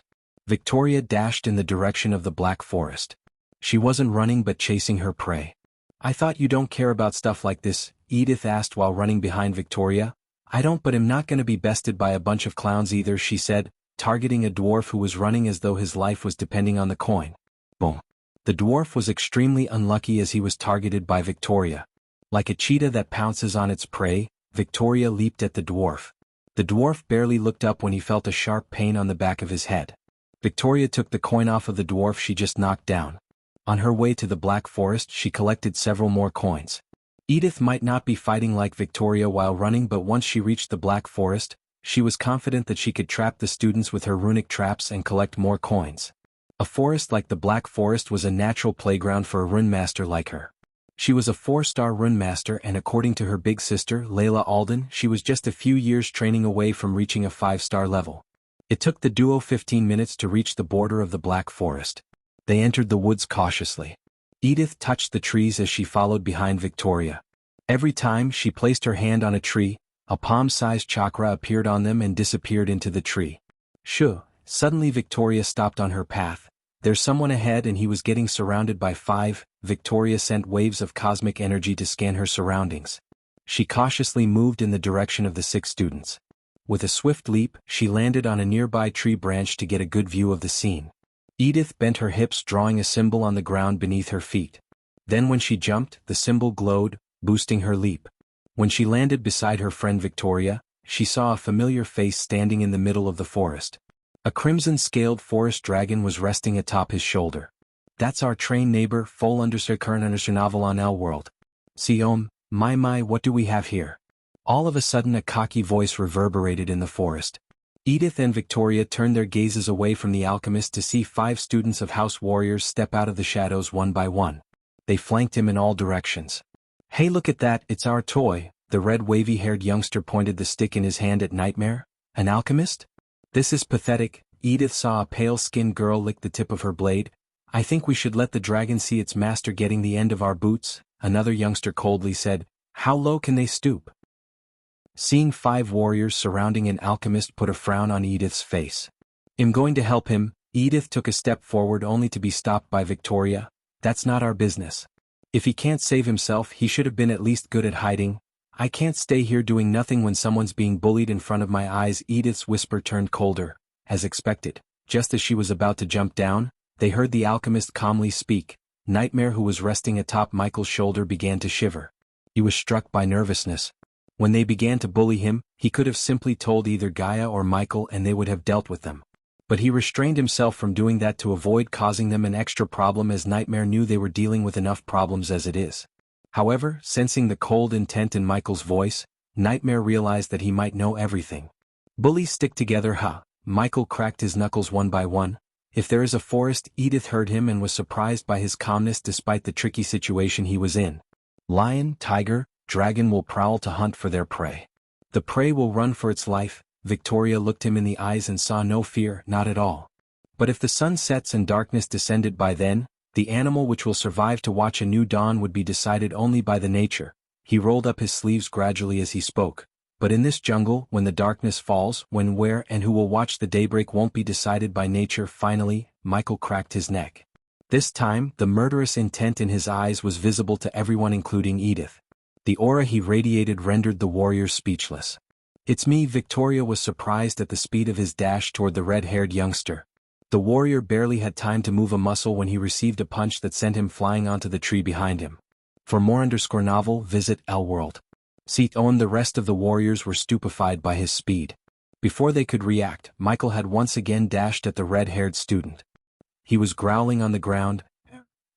Suddenly his growl turned into a scream of agony because Michael mercilessly stomped on the bully's kneecap, shattering it into pieces. While the youngster was screaming, crying, and growling beneath his feet, Michael turned back. The other 4 warriors were dashing at him, put a sudden break when they saw his cold gaze landing on them. An unexplainable fear clutched their hearts. They were warriors and they shouldn't have felt afraid in front of an alchemist, but they did feel afraid. He made only a few moves, but they were enough to reveal his battle prowess to Victoria. He didn't seem like a normal alchemist to her. For the first time in her life, she slightly felt curious about a guy. The red-haired youngster screamed yet again as this time, Michael stomped on his other kneecap. Although the student could be healed with a healing potion, the pain he was feeling right now would be ingrained into his brain forever. If he felt an urge to bully again, this pain would kill that urge. What have you done? You? The girl stood closer to Michael, shivering. Their leader was just crushed in a few mere moments. If they could use spells, they would fight fearlessly. Since that was not the case, they all started to tremble, and the red-haired youngster's cries didn't give them any courage. Regardless of her gender, Michael picked her as his next target. Plop. Edith closed her eyes the very next second after he slapped the girl with enough force to create a mini shockwave. Unlike the red-haired youngster, she immediately lost consciousness as well as a few teeth. Nightmare supposed that he should feel pity for them, but he felt nothing for these bullies. Michael tilted his head, grinning at the 3 remaining students. I thought bullying the weak got you off. Victoria was looking at the alchemist beating the crap out of the 3 warriors with mild interest. The trio ganged up on him, still they could not even lay a finger on him. Each of his moves was precise, deadly, and straightforward. Except for the girl, he broke several bones of the others. The girl forced open her eyes gradually at the wrong possible time. Arms or legs, you can only pick 2, bitch. Nightmare wanted to stop, but looking at the murderous look in his eyes, he knew it was too late to stop him. _new_episode_ on the L-World. COM platform. He was just a few meters away from the girl when Edith landed right between the girl and Michael. It's enough. Edith stomped the ground. Chapter 451. Gaia is fired. Just like Victoria scanned her surroundings, Michael also performed the scanning. The only difference other than the obvious energy difference was Michael sensed the 2 girls' presence way before Victoria sensed him. He let them see the one-sided brutality to earn badass points. As he expected, he earned quite a lot of badass points. Since every single one in Mazeroth was either genius or celebrity, his badassery earned tons of badass points. Because of this theory, he didn't think deeply about the 2 girls' identities. Miss 45. Michael lowered his sleeves down. Something tells me you are not here for my coin. Edith was stunned by the sudden change in his demeanor. A few moments ago he was coldly breaking the bones of his fellow students, and now he was smiling warmly. I was foolish to think you needed help. How could you do this? Edith's eyes watered looking around. Their cries and agony softened her already soft heart.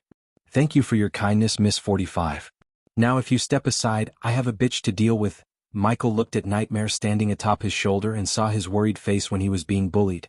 That scene kindled the rage in his heart. If he was outside, he would have killed the 5 by now. The least he could do was break a few bones, and that was letting them off easily.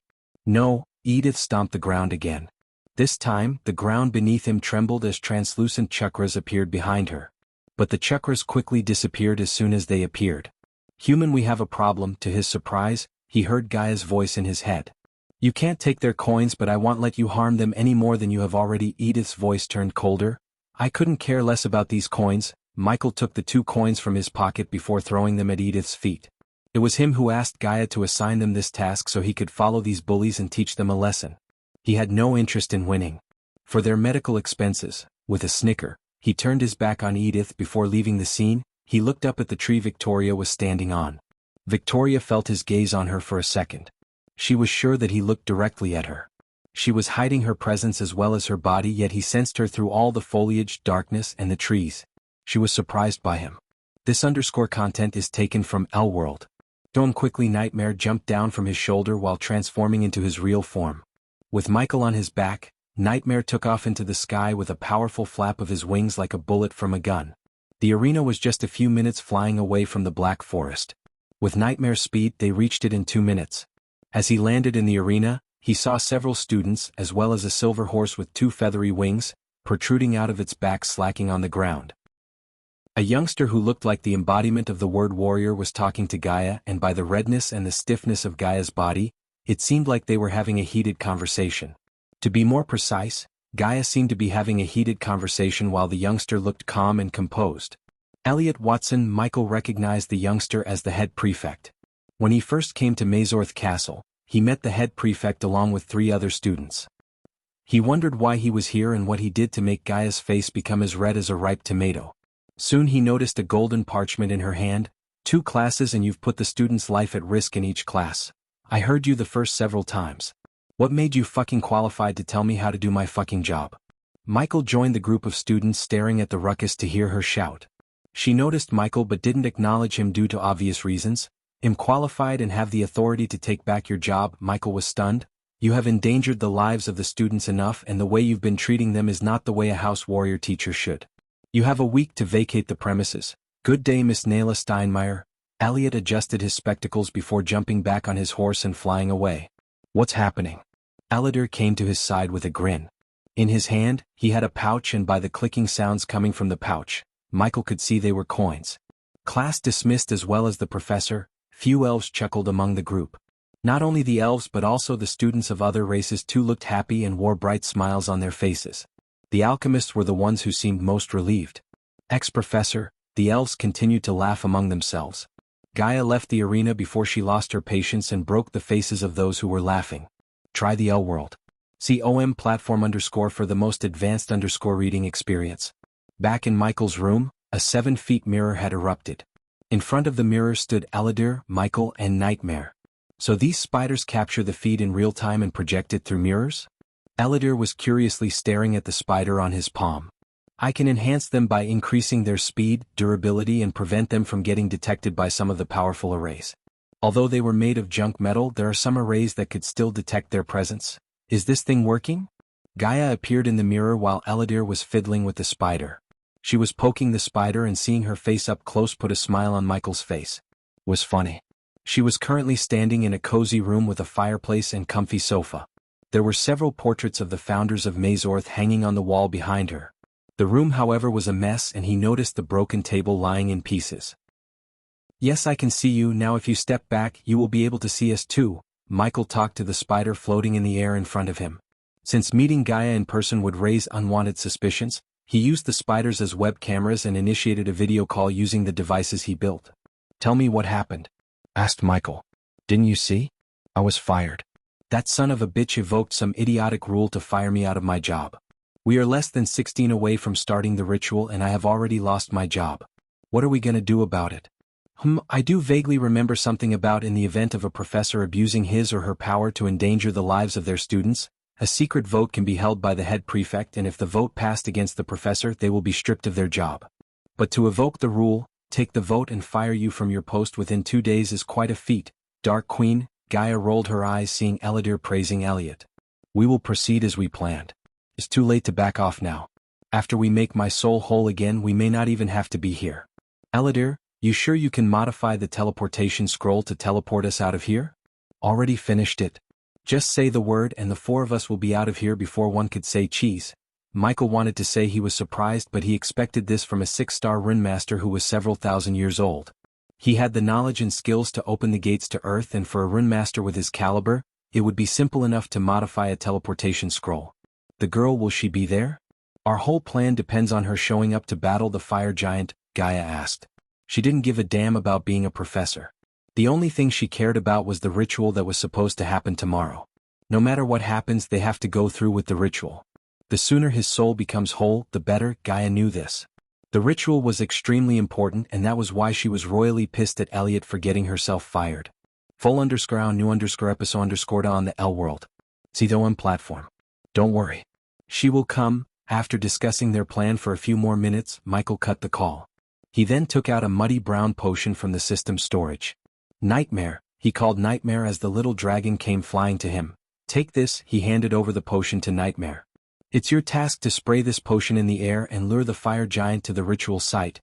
They picked up a secluded site in the middle of the Black Forest as their ritual site. It was far from the Mazeroth castle yet relatively closer to the fire giant. According to Eladir, the ritual might last from 1 hour to 3 hours. The first step of the ritual was to extract the soul piece that Michael named as the third persona.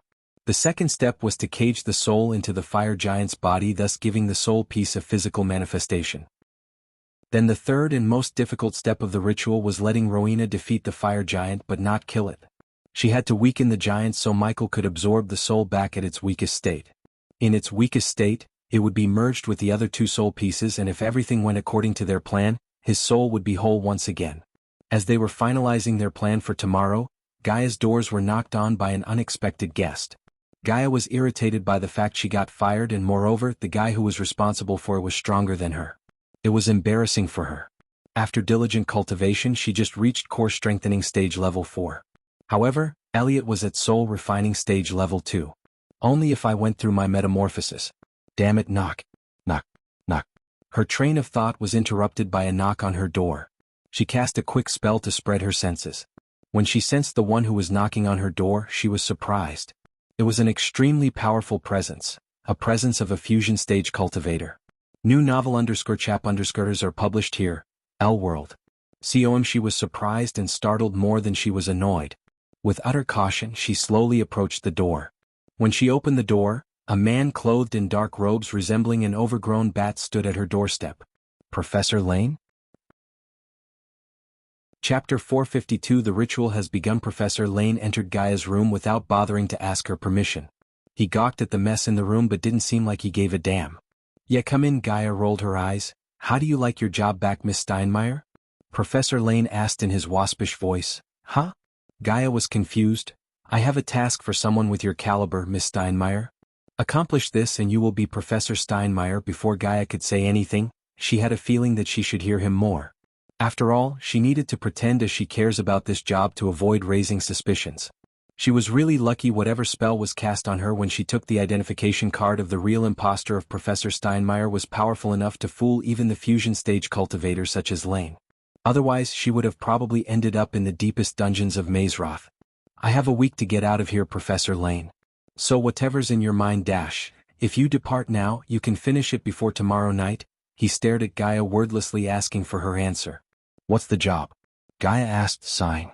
Escorting a student in and out of a dungeon? A dungeon? Gaia's curiosity was slightly piqued because dungeons are rare, but every dungeon would contain a priceless artifact or a relic worth risking their lives. If a dungeon was found, it would cause a ruckus among cultivators. Soon the dungeon would be filled with adventurers, rogue cultivators, sects to loot everything inside. Anything that could be found in a dungeon would be extremely valuable. However, as much as the dungeons contain valuables, they also contain danger in every corner. If 100 people entered the dungeon, only a few would come outside fully intact. The task seems extremely dangerous, Professor Lane, especially for the student. If you tell me more about the dungeon and what it contains, I might take the task. After all, I want all the information I need before risking my life. Being alive is more important than being a professor. Fair enough, Professor Lane nodded. He almost looked like he was expecting everything Gaia just said. For more under her novel, visit L World. Calm, primordial fire. A single word that came from Lane's mouth was enough to make her shudder. The last time she witnessed the power of a primordial force was when she was in the fire realm. Noah used heaven's flame to save the old man from House Fisher. The flame was powerful enough to obliterate even the extremely powerful poison miasma in the fire realm. According to the text she read in the Nagaland library, the primordial flames would grow stronger with time and enhance the spells and skills one possessed. She also heard from Michael that he needs a primordial flame to reach the 6-star alchemist. That's what's inside the dungeon along with skeleton soldiers. Wait a minute. If that's what's all in the dungeon, why didn't anyone get it? So what's the catch? Gaia was not dumb enough to believe that there was primordial fire sitting in a dungeon, but no one in the Aculan realm had taken steps to get the fire for themselves. The dungeon is protected by a void array. Even a half-immortal would be rendered powerless the moment he or she steps into the dungeon. Which means only a battle-hardened warrior can get in and out alive. Something tells me countless battle-hardened warriors had already tried that and didn't live to tell the tale. Gaia emphasized the word battle-hardened, crossing her arms. Lane was annoyed by all the questions, but he never showed his emotions on his face. After all, he needed her to do his bidding. With a flick of his wrist, Lane conjured a purple flame above his palm. Unlike the normal flames, primordial flames have a mind of their own. If the primordial flames deemed you unworthy when you try to absorb them, you will be reduced to nothing but ashes. He threw the purple fire onto the broken table behind him. In mere moments, the oak table turned into ashes as he said. Gaia was surprised by his theatrics as he had no need to turn the table into ashes. I assume you want to know who is the student you have to accompany. Gaia nodded in curiosity. She derived a bunch of plans to get rid of the student and sneak Michael into the dungeon instead. The student has the ID 66. Weirdly, he chose to go by the name Ghost, and where he came from. Gaia received yet another shock from Professor Lane. He is an alchemy student, probably a prodigy. He may have a chance to absorb the primordial flame without being obliterated by it. She sensed no remorse or nothing at all in his voice. What if he was deemed not unworthy by the flames, which she didn't believe would be the case? If anyone was worthy of the primordial flames, it was him. I can get him in, and if he survived the flames, I can get him outside. New novel understanders are published here. L World. Great. Use this when you are within 3 feet of him. You will be teleported directly into the dungeon's entryway. He will have no choice but to see it till the end. He talked while walking towards the door to leave the room. Just before stepping out of the room, he handed over a golden teleportation scroll to Gaia. He did not even bother to ask if she was going to agree or not, as he knew she had no choice. What if that head prefect asshole tried to get me fired again? Next time, not every professor will sign the petition. By the time his voice reached her ears, he already vanished into thin air. Then she realized that if what he said was true, all the professors signed the petition, including him. This meant he manipulated the entire scenario just to get her to agree to the task. She even doubted he may have been the person who initiated the plan to get her fired in the first place. However, instead of punching something to vent her anger, she burst into laughter. Professor Lane may have felt like the mastermind, but only she knew who was the real winner in the situation: Michael. Lady Luck was on his side, that Gaia knew for sure. The only thing that bugged her was in less than a day, they had the ritual to put his soul back together. Although they were talking about the ritual and how to perform it, they had no idea how it was going to go. To be honest, she was worried sick, but she didn't let Michael see her anxiety. In the Serenade of the Black, the stars were a choir. They were lights that sing in infinite patterns. Sometimes eyes needed music, and the darker the night, the sweeter the song. Amid the starlight was the ever-glow of the moon, that mother of the sky who watched over every beating heart, steady and true. Despite her angelic moonlight that bathed the planet with sapphire light, the black forest remained dark. The thousands of years-old trees shaded the ground with their ever-expanding canopy, preventing any light from cutting through them. Nothing was audible except for the sound of snoring in the distance. In the middle of a large glowing chakra stood Michael, Gaia, and Elidar. "The fire giant is still sleeping, I guess," said Elidar. "When should we do this?" Nightmare flew back to Michael after surveying the surroundings. I just need your blood. Michael walked towards Eladir and took out a dagger from the system storage. The next moment, he cut open his palm as blood gushed out, dripping onto the glowing chakra. When the blood touched the chakra, the glowing blue chakra turned crimson red. Step to the center and the ritual will begin. Eladir's voice turned serious. The usual calmness in his voice was nowhere to be found. Gaia was slightly shaking seeing Michael taking steps towards the center of the chakra. Nightmare now. Lure the fire giant here, Eladir ordered Nightmare. The dragon quickly nodded his head before flying in the direction of the fire giant as fast as he could. Full_current_novel on L-World. Gaia threw the bait potion into the air, which was caught by Nightmare in midair. Boom. When he flapped his wing, it produced a quiet booming sound. She had never seen Nightmare fly so fast. Everyone was nervous, including Eladir, despite his calm demeanor. Please come back to me in one piece, human, she whispered to him. She prayed to her mother with her hands against the chest. Regardless of the situation, when he warmly smiled at her, she calmed down. Jirr. All of a sudden a thunderous roar echoed through the forest, almost breaking their eardrums. The shout was soon followed by thunderous footsteps. The ground beneath them shook. Manual soul extraction is initiated. Arch energy flow has been stopped. Prepare to go through an extreme amount of pain. System offline in 3, 2, 1. Michael's outcry in pain sent a chill through Gaia's spine. She dashed towards him in instinct to save him, only to be stopped by Eladir. The ritual must not stop. Eladir and Gaia saw the blood gushing out of Michael's nostrils and mouth as he collapsed onto his knees. He howled at the sky like a wolf in pain. His soul was literally being stripped out of him. The pain he suffered could not be described in mere words.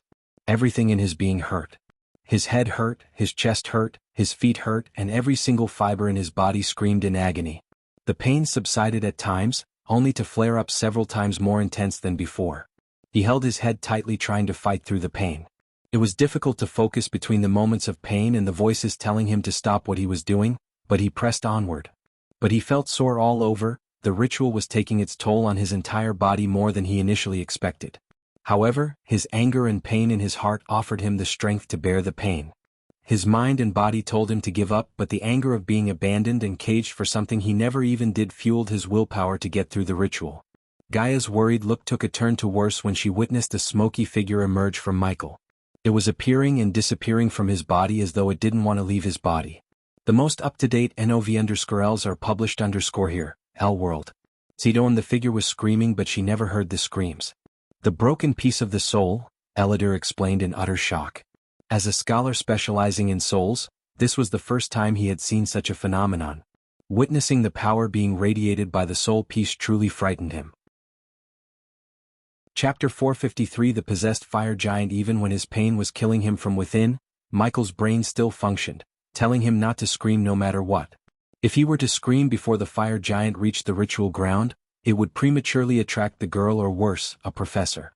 Jirr. The fire giant's scream sounded closer and closer. He could feel the ground beneath him tremble violently.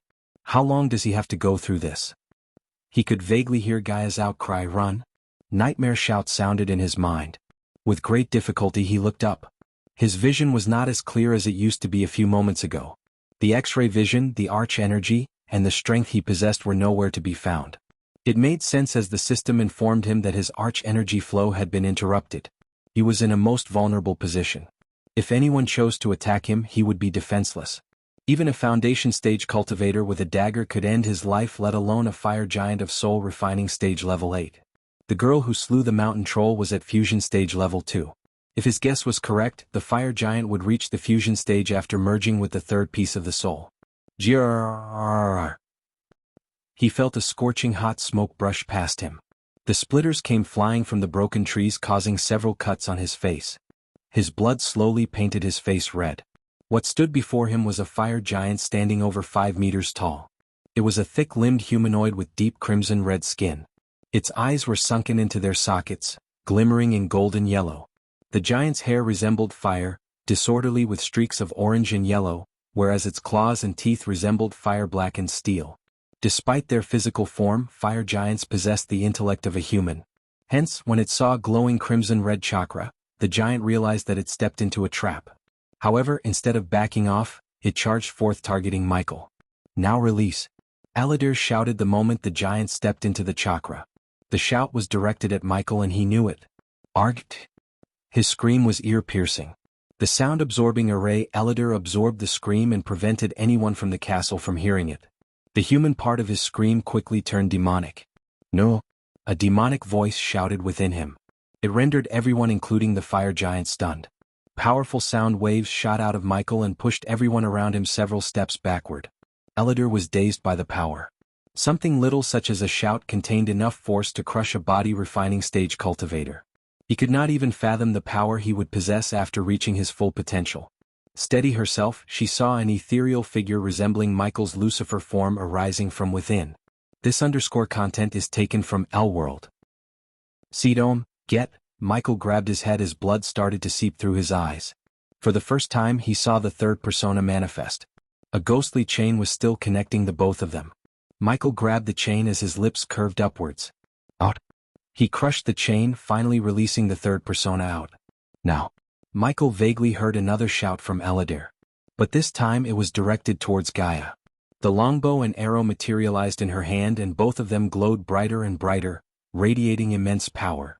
A web of tiny symbols could be seen on her bow and the arrow. The runes Eladir placed on the arrow would boost the arrow's power. Although the arrow wouldn't be able to kill the fire giant, the arrow would temporarily weaken it.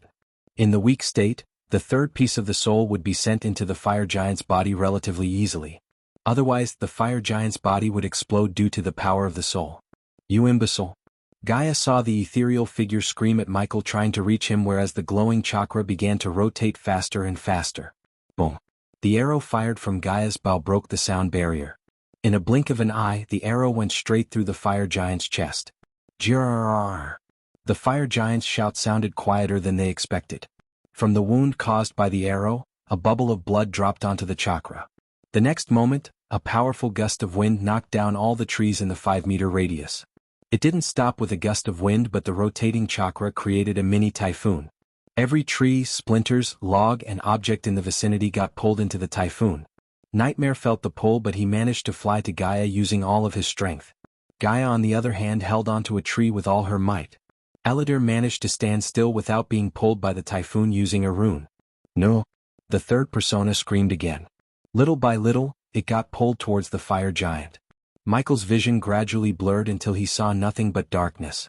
Try the L-World. Com platform _ for the most advanced reading experience. Human. Gaia shouted when she saw Michael collapse onto the ground. On the other hand, the fire demon's golden eyes turned pitch black. Away. Eladir raised his hand at the fire giant. A golden chakra shot out of Eladir's hand and flew towards the fire giant. When the fire giant and the golden chakra clashed, a bright beam of golden light exploded. Their eyes were made to close by the brightness. When they opened their eyes, the fire giant along with the crimson-red chakra on the ground and the typhoon disappeared. Gaia finally fell to the ground. The moment she hit the ground, she rushed towards Michael.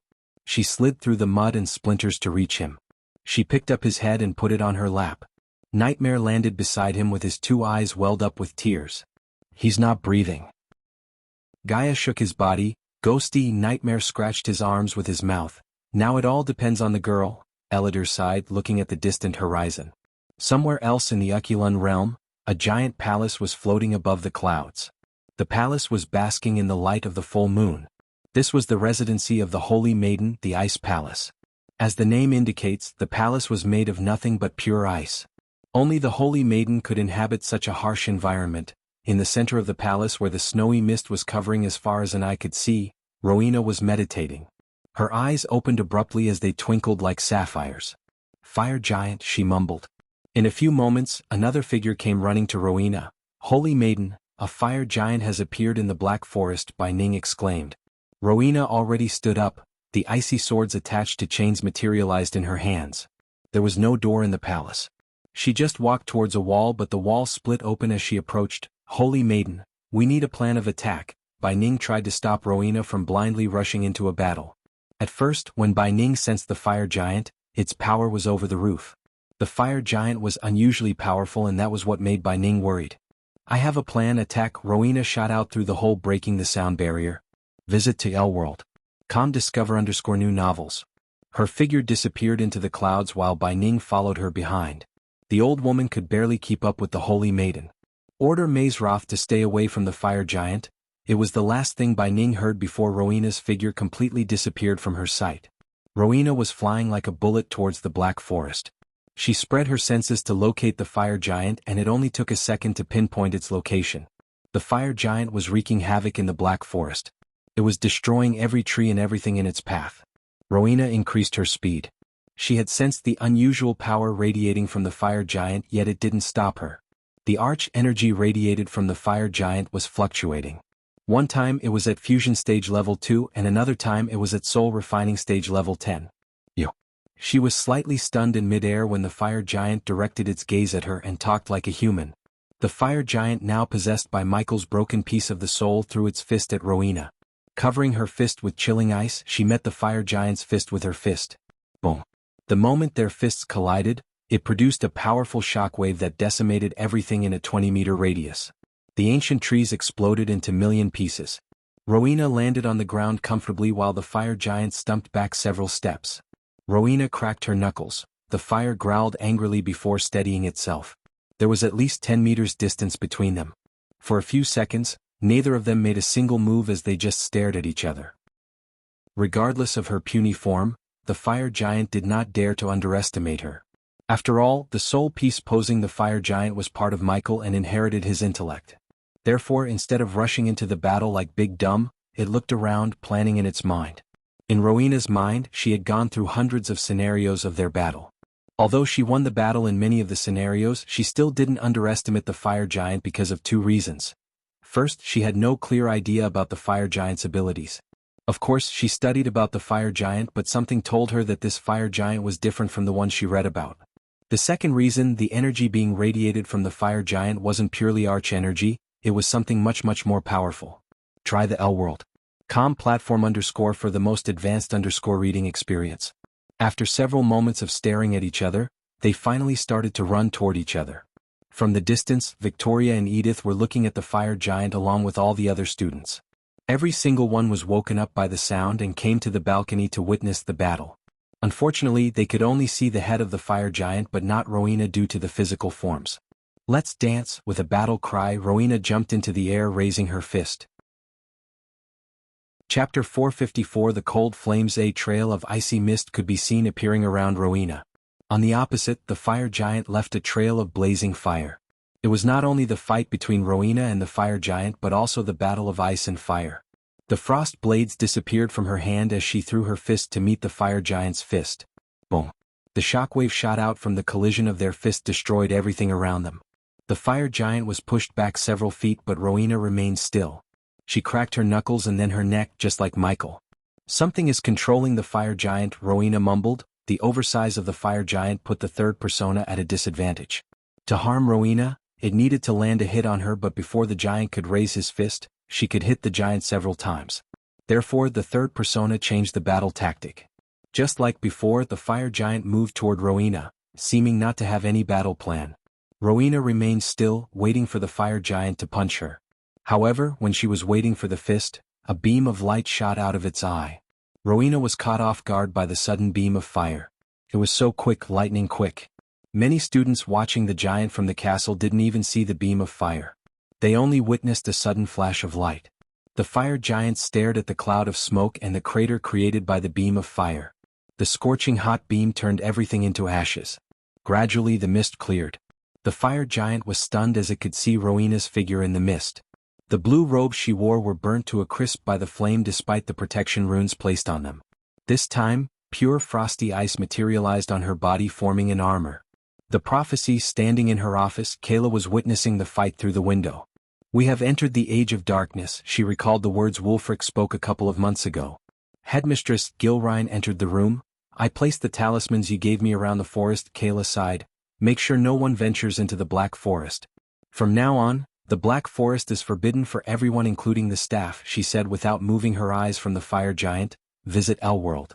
COM for a better understanding experience." Headmistress Gilrine had a bewildered look on his face. He scratched the back of his head. "You can spit out what's in your mind, Gilrine. Why aren't we deploying our forces to Black Forest, Headmistress?" Our forces can subdue the fire giant without destroying the forest. The forces in play are beyond the mortal's Gilrine. Our forces are nothing before them. Gilrine nodded without uttering any word. He trusted the headmaster and headmistress with his life. Whatever decision they made, he knew it would be the best. Frost storm on the battlefield. Rowena raised her hand, casting a chantless spell. The black forest became darker as the storm clouds blanketed the moon and her dazzling light. The students gasped in shock. Storm was an understatement. The howling wind and the size of the tornado arose, connecting the ground and the sky, frightened every single one. Even Victoria was stunned by the sight of the storm in the black forest. The tornado swirled towards the fire giant. Oh! The fire giant breathed fire into the icy tornado. The dance between ice and fire created a phenomenon no one had ever seen. Keala, who knew the storm was created by the Holy Maiden, felt a chill. She knew this spell could destroy an entire city within a few minutes. Even a spell like that caliber couldn't kill the fire giant. Rowena shot into the tornado, and the moment she reached the tornado swirled faster and faster, and the power of the first storm multiplied by several folds. She pushed away the fire coming from the giant's mouth. Little by little, the frost storm moved towards the fire giant through the stream of fire. Arctic arrows. She shouted in her mind as hundreds of 6-foot arrows shot out from the tornado like bullets. The fire giant raised its hand to defend its eyes from the arrows. Step by step the fire giant moved back. The fire giant screamed, but the scream was not of pain, it was a shout of anger. Try the L world. COM platform _ for the most advanced _ reading experience. Boom. All of a sudden the fire giant punched the tornado. Rowena's body was thrown into the swirling force. Before she could steady herself, the fire giant embraced the tornado. The fire giant tightened the embrace as the tornado began to form cracks. Annoying bug, Rowena heard the fire giant speak to her in a demonic voice. Slowly the tornado turned darker and darker. The white frost took a turn to the opposite and transformed to pitch black. Rowena raised her hand, trying to move the tornado forward while dispelling the dark energy invading her spell. Her nose bled as her skin became pale as a paper. Holy Maiden, Bai Ning, who was witnessing the battle from a secluded room in Mazeroth, murmured under her breath. She could see the dark energy weakening Holy Maiden's energy. It felt as though the fire giant was drawing the blackness around it to get stronger. She could vaguely see unknown dark energy being absorbed by the fire giant from the sky itself. Rowena stopped powering the tornado. Within a few moments, the stormy clouds perished from the night sky. Yet again the full moon showered the ground with her light. Unexpectedly, when the light was shone on the fire giant, it grew weaker. Rowena noticed this by seeing the flicking eyes of the fire giant. When the tornado evaporated, the giant lost its balance. It stumbled forward only to receive a giant fist made of ice to its face. The icy mist enveloped the area, and when Rowena emerged from the icy mist, her eyes were glowing. The students were able to see Rowena now as she was floating, and her figure was growing in size rapidly. The armor covering her body enlarged. In a few minutes, she was in the center of a giant made of ice. Thus, the battle between a human and a fire giant turned into a battle between two giants. Only a few minutes passed when the ice giant grew to the size of the fire giant. Ice mirrors. Rowena noticed the fire giant's weakness to light. So she cast a spell that formed hundreds of mirrors made of ice around them. All the mirrors appeared in the angel to reflect and focus the moonlight onto the fire giant. Even in the face of hundreds of mirrors shedding light onto it, the fire giant stood still. The third piece of the soul was the soul piece of the Dark Lord after all. The fire giant began to smash the mirrors in the sky. The power of the moonlight was the reason Elidor chose this particular day. On any other day, defeating the fire giant would have been near impossible. The fire giant violently smashed the mirrors faster than Rowena created them. Looking at the fire giant getting close to her, she yet again raised her hands towards the sky. Then she called for the most powerful weapon in her arsenal. Updated _ @L world. Sim, I call forth thy coldest flames in the universe. A gush of frosty wind immediately surrounded Rowena's body. An invisible force pushed the fire giant and put out the flames around them. Then a layer of frost layered everything within a mile radius. From the sky itself, a stream of blue flames flew to Rowena, taking the shape of a winged woman. Primordial flame. Victoria immediately recognized the phenomenon as the primordial flames, while the other students were gawking at the sky, startled. The cold flames, Edith mumbled. For the first time, the fire giant's pitch-black eyes flickered, and Rowena sensed an aura of distress from whatever possessed the fire giant. Victoria never believed the primordial flames possessed a mind of their own, but when she saw the flames escaping from her and now it had chosen an extremely powerful cultivator as its master, she believed the tests were true. She thought having cosmic energy would let her absorb the primordial flames.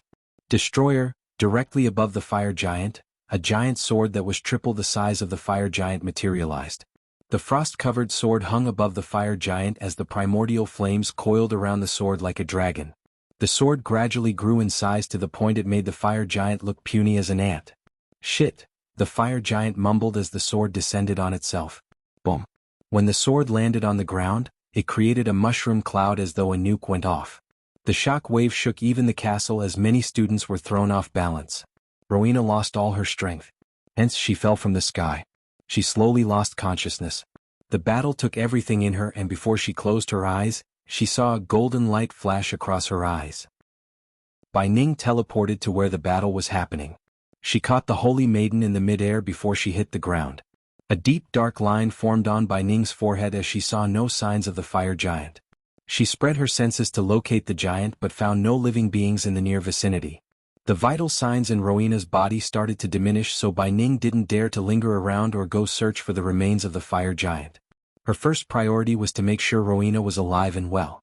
After the battle between Rowena and the fire giant concluded, the desolate mountain where Eladir was imprisoned received guests again. Keep him still updated _L world. Owen Michael's body was violently trembling. Gaia's clothes were drenched in the blood gushing out of Michael's mouth, ears, nose and eyes. The fire giant was lying beside him badly mutilated. Its hands and lower half were missing.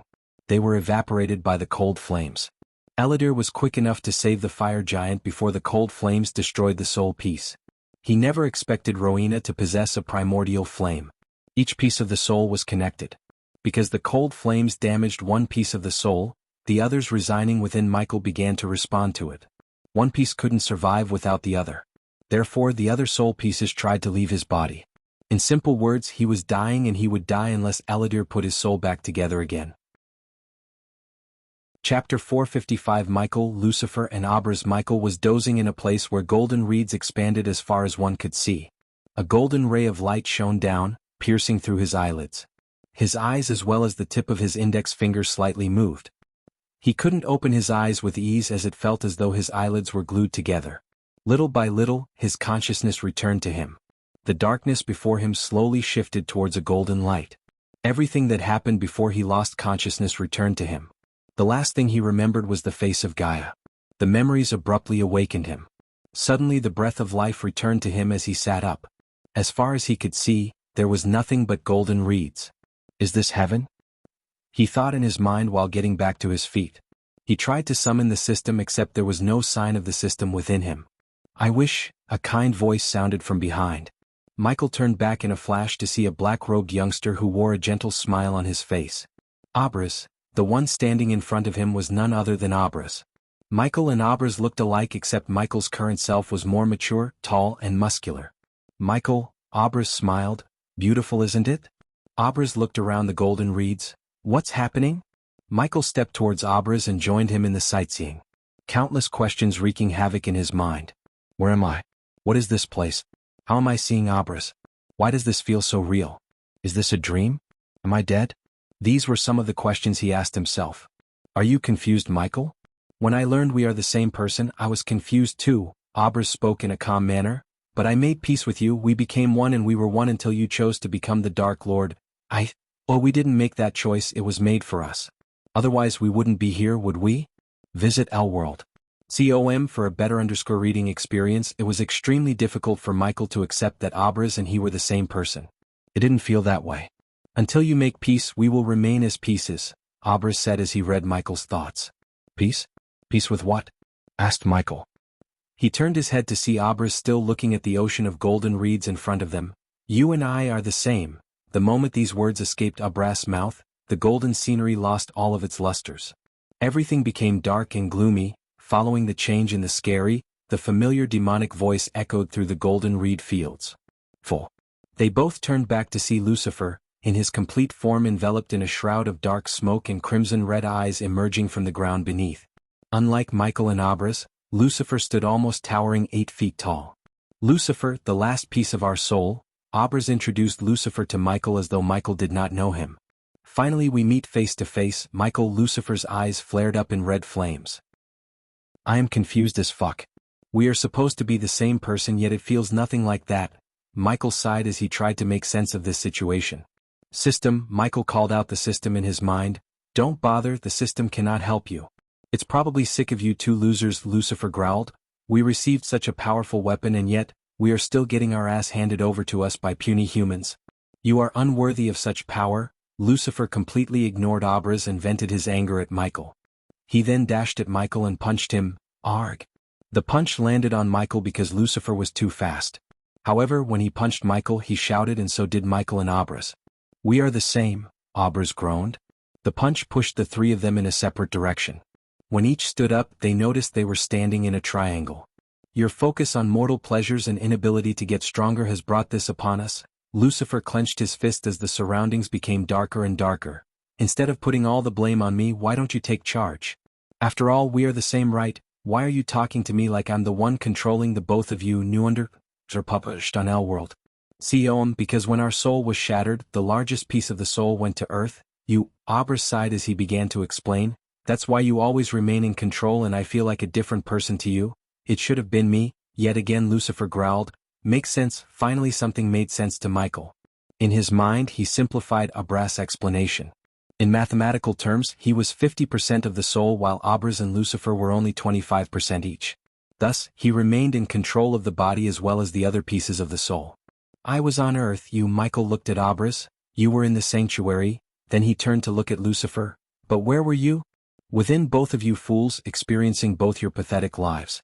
Do you know how it feels to be caged and do nothing? When both of you died, I thought I would be finally free, but no, I got caged again. This time, I will end both of you and take the system for myself. With that ultimate power, I can conquer this world and everything in this universe. And then what? Abras asked. You will bring nothing but death and chaos to the world. Michael doesn't listen to him. We don't have to walk the path he would choose. We have everything a man needs to be happy. A job, a woman who loves us dearly, and people who would shed tears for us. It's enough. You are pathetic. A woman betrayed you and put a dagger through your heart. A job and a woman, humph. We are born to be a god, and gods must bring their wrath upon the mortals to get their loyalty and undying devotion. Give me the system and the control of your being to me. It's time the system had a worthy user. Michael was stuck between Lucifer and Abras. If Abras was one extreme, Lucifer was another extreme. Lucifer hated him and wanted to go on a killing spree with the help of the system, while Abras wanted to settle down and live a peaceful life. Both of their wishes were unrealistic. You wasted the system's potential. We were supposed to be the overpowered god walking among mortals. But you chose to indulge yourself in mere mortal pleasures, care for humans and recruit weaklings as your subordinates. Gods don't need subordinates, gods don't need plans, gods don't need alliances. We only need power, and you are too weak to get stronger. Lucifer walked towards Michael step by step. Our old enemies are getting stronger by the day. New powerful enemies are emerging from the darkest corners. You being cautious, making alliances, and living a fake life as ghost will only let us get killed. Surrender yourselves to me. No, Abras stepped forward. If you listen to him, he will turn us into everything and prove the Sky Hall and the Guardians are right. Leave everything behind you, Michael. We can live peacefully in a corner of this world. The system can hide us. We can be normal for the first time in our lives. We can have a family. This imbecile. Lucifer lunged at Abras, and before either of them could react, Lucifer punched Abras in the chest. Yet again the trio was sent flying like kites in the storm. Michael felt an excruciating pain in his chest, but no blood came out of him. We are not killers and bringer of darkness, Michael. Abras groaned as he picked himself to his feet. We are not a weakling and a beta like him, Lucifer shouted from the other side. Stuck between the both of them, Michael just closed his eyes. The words they spoke to him flashed across his mind once again. When he opened his eyes, the darkness disappeared as the golden luster came back to the scenery. New_chap_ or pub on L World. You are both right and wrong. Michael let out a deep breath. Lucifer, you are right when you said him not using the system to its full potential. You are right when you said living a fake life as ghost will only get us killed. The dark cloud shrouding Lucifer slowly started to fade away as he was making peace with the Lucifer soul piece. But you are wrong about needing no subordinates, no alliances and mortal pleasures. You yourself said we have new enemies appearing and old enemies getting stronger day by day. We cannot defeat them by being alone. I am not a god yet, and even gods need subordinates to do their bidding. Lucifer tried to essay something but raised his hand as no sound came out of Lucifer's mouth. As the majority soul holder, Michael started to fully realize his power and exerted his power over Lucifer. He then turned his gaze at Abras. You are right, we are not bringer of darkness. I found a girl who loves me more than anything.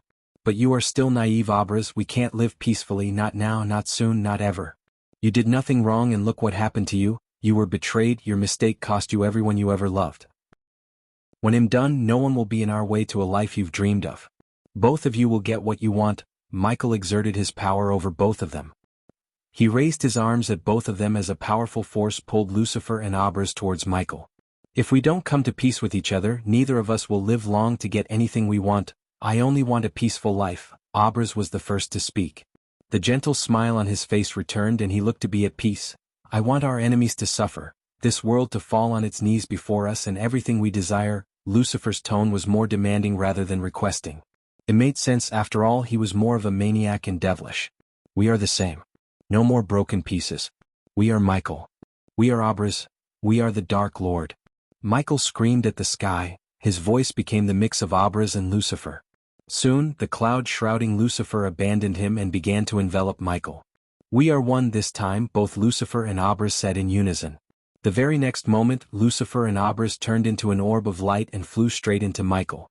Human, Michael, please wake up, don't leave me, ghosty, ghosty. Michael heard the voices of Gaia and Nightmare in the distance. Arg, back on the desolate mountain where Elodie was caged, Michael sat up. Human. Gaia's scream nearly broke his eardrum and her hug broke his rib cage. Elodie squatted before him before putting his hand on Michael's shoulder. You did it, your soul is now whole again. Try the L world. See OM platform _ for the most advanced _ reading experience. Chapter 456 The Dark Flames I host. Michael Cultivation Level. Core Strengthening Stage Level 6 Experience Points.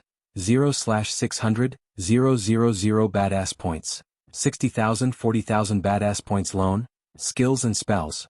Wind Blast, LVL6 Responsive Shield, LVL8 Environment Scanning, LVL6 Ignitia, LVL8 Lightning Dash, LVL6 Energy Devour, LVL2 Soul Eater, LVL1 Death Range, LVL3 Eyes of Darkness, Normal. Can sense the cultivation level of others. Eyes of Darkness, Lucifer. Can sense the cultivation level of others. Can see through illusions. Cloud of Darkness, Lucifer. Weak-willed enemies will lose their courage completely and surrender. Death range will be 50% more powerful, and if activated in darkness, the host's cultivation level will be boosted 4 levels up regardless of the stage barrier. Wordless Spellcaster, Lucifer. In full Lucifer form, the host just has to think of the spell to cast it. Techniques. Swords of Destiny, 98% Mastery. Ring of Fire, 88% Mastery. Serpent Maga, 97% Mastery. Occupation. Core Disciple of Sunrise Sect, the Guardian of Sunrise Sect, Lord Lucifer of the Abyssal, the Dark Lord, King of Bradford. Status. Healthy goals. Control the world, rebuild the Order of Death, full _ new _ on the L world. COM platform. Utility function. Banker, LVL5, ratio, 1000 gold coins, 40 badass points, runic teleportation, X-ray vision, also integrated with Eyes of Darkness, wealth, 15 million gold. Special trait. 5-star alchemist, 4-star inventor. Subordinates. Gaia, warrior, loyalty level 100%. Raylene, 5-star chef, loyalty level 99%. Arya, assassin, loyalty level 68%. Heinberg, warrior, loyalty level 45%. Maxine, warrior, loyalty level 98%. Tiberius, warrior, loyalty level 55%. Sadie, loyalty level 40%. Ricky, loyalty level 98%. The Silent Reaper crew, pirates, loyalty level 90%, base of operation. Sunrise Sect, the Abyssal, the Crypt Kingdom of Bradford. Familiars. Nightmare, Forest Dragon, Vidora, Three-Headed Hydra, Elemental Manipulation. Wind, 10% Mastery, Fire, 10% Mastery. Lightning, 15% Mastery, Darkness, 20%. The moment he woke up, he was taken into the system interface and presented with the status window where he noticed a couple of changes. He leveled up by 2 levels. Previously he was a core strengthening stage level 4 cultivator, but at the moment the status window showed level 6. Reading through the status, he saw an entirely new row. Elemental Manipulation, as the name suggested, Elemental manipulation was the power to control the elements themselves. In this world, only a few could control elements, including Michael. It was a power that belonged to the most powerful ancient gods. Their existence was hidden from the rest of the world by Skyhall, as the existence of new gods would cause chaos among the religious institutes and alter everything the people believed. So system, what's your explanation for what just happened? The most up-to-date NOV_Ls are published _here L-World. Tom. The system level is dash. Thought so. Michael interrupted the system before it could finish its annoying answer. Victoria, you bitch. He suddenly remembered the massacre of the sanctuary. Since the soul piece was merged into one, Michael didn't feel like Abraz was another person. In addition to the changes in the status window, Michael also sensed changes in his mentality. For instance, he craved to control the world more than he felt before. This world lacked God's intervention and Michael wanted to fix that. Gaia was still embracing him with all her might with Nightmare stuck between them. His vest started to feel wet by the tears gushing out of Gaia's eyes. Why are you wasting those precious tears? They should come from our enemy's eyes before dying. Michael lifted her head gently. He cupped her face, wiping the tears with his fingers. Smile, he smiled at her. You scared me, bastard. Sorry for the inconvenience caused by my broken pieces of the soul, he said sarcastically. Ghosty, are you fine now? Nightmare looked up at him. Michael never thought a dragon's face could show such a clear-cut expression. Seeing the dragon worry about him warmed his heart. I'm whole again, just like Eladir said. He looked at the half-elf standing obediently a few meters away from them. Michael let go of Gaia and Nightmare to thank Eladir. You served me well, Eladir. I will grant you a wish for what you did. Ask, as he said to Eladir. Michael exerted his power over the surroundings to make everything darker. The storm clouds blanketed the sun according to his will. I wish to serve you as your subordinate and accompany you in your journey to make this world better, my lord. Eladir knelt on his one knee, lowering his head. Darkness is not evil, it's portrayed as evil.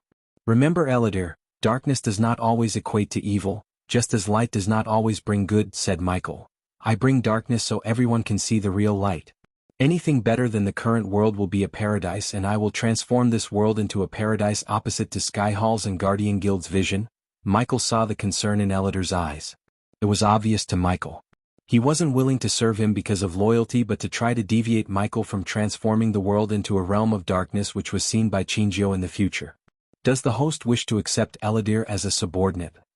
Yes, Michael accepted Eladir as his subordinate to see his 42% loyalty. He didn't mind the low loyalty level as he knew better than to expect 100% loyalty from an ancient elf who he knew only for a couple of days. Rise. Michael gestured at Eladir as he stood up. We should get out of here. Gaia wanted to ask more about how he merged the soul pieces, but before that, she wanted to leave this pocket dimension. Otherwise, someone might notice him missing and start investigating.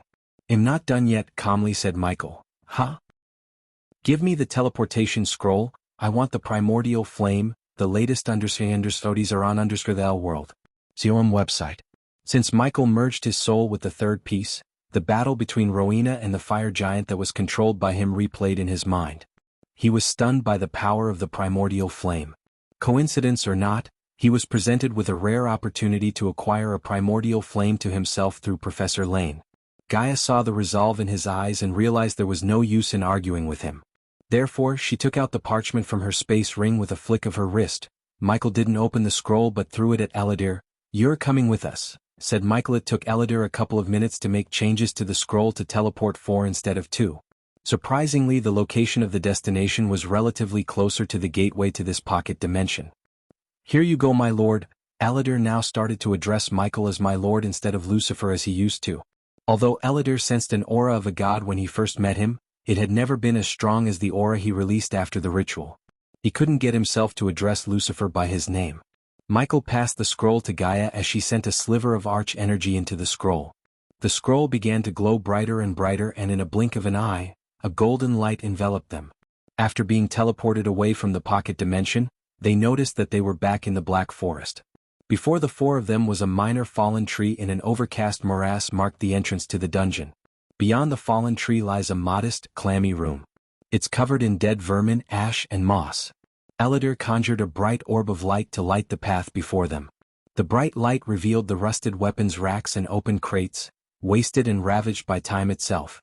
As they went further through the dungeon, the pathway split into 2 paths. Michael retrieved 2 drones from the system storage and sent one to explore each path. The path on his right had countless traps installed. But the drone activated none of them because the traps were not designed to sense arch energy. Whoever built the dungeon placed a void array and never expected one to use arch energy inside the dungeon. Several minutes later, the drone reached the end of the path where there was nothing but a dead end. Left, Michael entered the path on his left. Its twisted trail leads past long-lost rooms and tombs. Everything was cleaned up and there was nothing valuable that attracted Michael's attention. Since the drone was exploring ahead of them and sending live feed, Michael knew the path and traps in place. They avoided the usual pressure traps and tripwires by floating above the ground. As they traveled further and further, they began to notice countless broken skeletons on the ground. Moreover, there were bloodstains on the walls and the ceiling above them. Is it me or do they look fresh? Gaia pointed at the bloodstains on the wall. The smell is also fresh. Nightmare took a whiff of the air and said. They cautiously proceeded onwards, deeper into the dungeon's expanse. Despite the various passages opened up to them, Michael led them through the correct one thanks to the drones. The various passages all looked so similar as this whole place was a maze. They eventually made it to what is likely the end. Only a ground filled with skeletons, broken limbs, and dead bodies could be seen between them and a single room at the end of the hall. Elidor sensed countless runes all around, somehow untouched by time and the elements. Gaia on the other hand waved her hand as the remains of skeleton soldiers floated towards them from the ground. She inspected the deep cuts on their bones as well as the scorched marks that almost burned the bones to ashes. The primordial flame. Her inspection was abruptly interrupted by the words that came out of Michael's mouth. The drone he sent to explore the room at the end of the hall was destroyed the moment it entered the room, but not before sending him a millisecond feed of the room where he saw something magnificent, pitch-black flames. The flames, their beauty was beyond any words. They danced in the air as though they were waiting for someone to be partnered with. It was weird of him to feel like the flames were calling for him. Someone's been here recently, someone powerful. Elidor frowned after seeing the countless limbs of mountain trolls lying around. Defeating one mountain troll without using arch energy was extremely difficult if not impossible. But whoever ventured into the dungeon before they slaughtered so many? The only explanation Elidor could come up with was either they used arch energy or something much more powerful, because there was no way one could survive this dungeon without cultivation power. Maybe the Holy Maiden? Asked Gaia. Whoever it is, we will meet them soon, Michael said before slowly floating towards the room to claim the primordial flame to himself. The source of this _chapter. L World. You're tuning in to the Han Lee's Wuxia Chronicles YouTube channel. We're so grateful for your support, and don't forget to subscribe to join us on this incredible journey through captivating stories. Your generosity through donations truly makes a world of difference, as it's the primary source of revenue that allows me to expand and enhance this channel for you. Thank you from the bottom of my heart for being a part of this adventure.